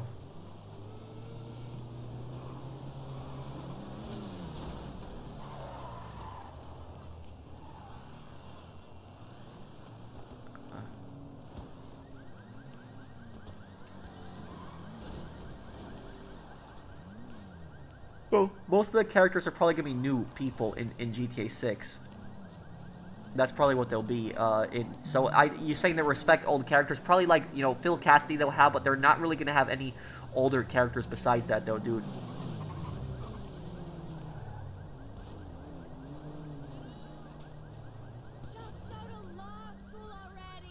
No, you shouldn't visit North Korea, Hamzat. And I don't think that tourists are even allowed at Mount Pike, dude, in North Korea.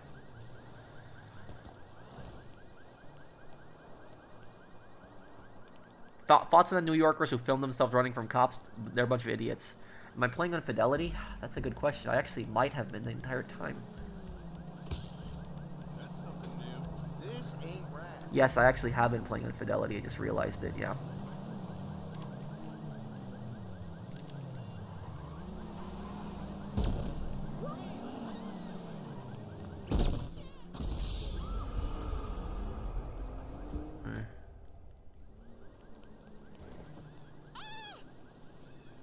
How are you 31? You look 23. Well, thank you very much for that. I guess that means I look young then.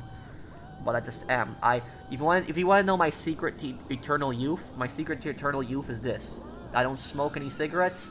I don't smoke anything else. I don't drink soda. I haven't drank soda in years. I almost never drink. When I do drink, it might be like once a month, like a glass of red wine.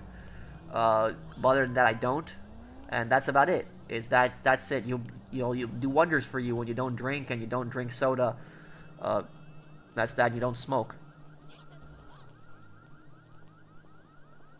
I watch your SOCOM videos, and my question is it unrealistic for Navy SEALs to team up with Spetsnaz operatives? Not necessarily. If they're doing some kind of operation together, especially something of national security, it might not be necessarily unheard of. Today, it would probably be almost very difficult. They wouldn't work together at all. But maybe in the past they could have. And Irma, the thing about that, I'll be doing SOCOM 3 very soon this month. So that's the thing. You'll see that coming up.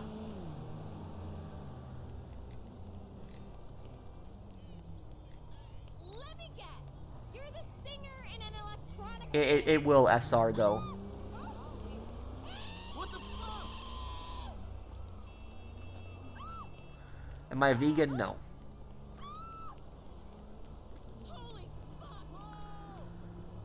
Okay, so I guess I'll be going here, guys. I know we didn't do a heist today, but we'll do it next one. We'll do our next stream on Wednesday. We'll do Yakuza Kiwami. I'm just a bit hungry here, haven't had dinner, and then I'm probably gonna have something to eat and then go to sleep. So I'll still stick around and answer a few questions for another minute or two. If there's anything you want to ask me before I go, I'll answer your questions. Anything you guys want to ask me before I go here? Was it hard to give up soda? Not really, no. Because I never really drank much soda.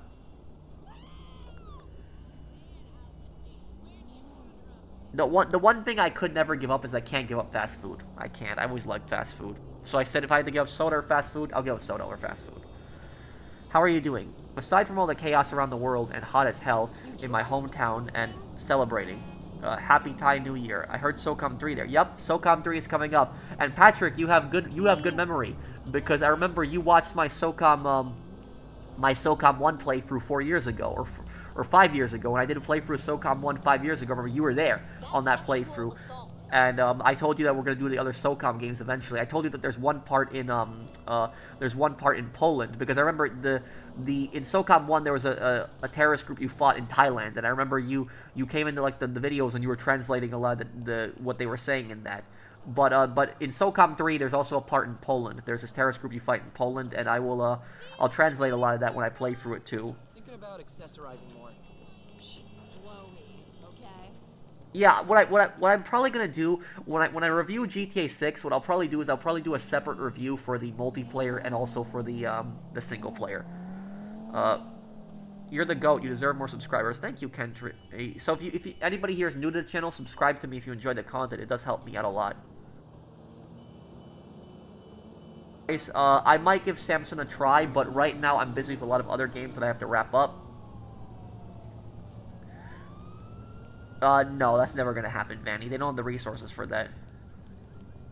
Well, I guess I'll be going here, guys. Thank you guys for hanging out with me. I hope that you guys all have a great Sunday night. Take care, everyone, and have a wonderful day, guys. Thank you guys for hanging out with me. See you guys.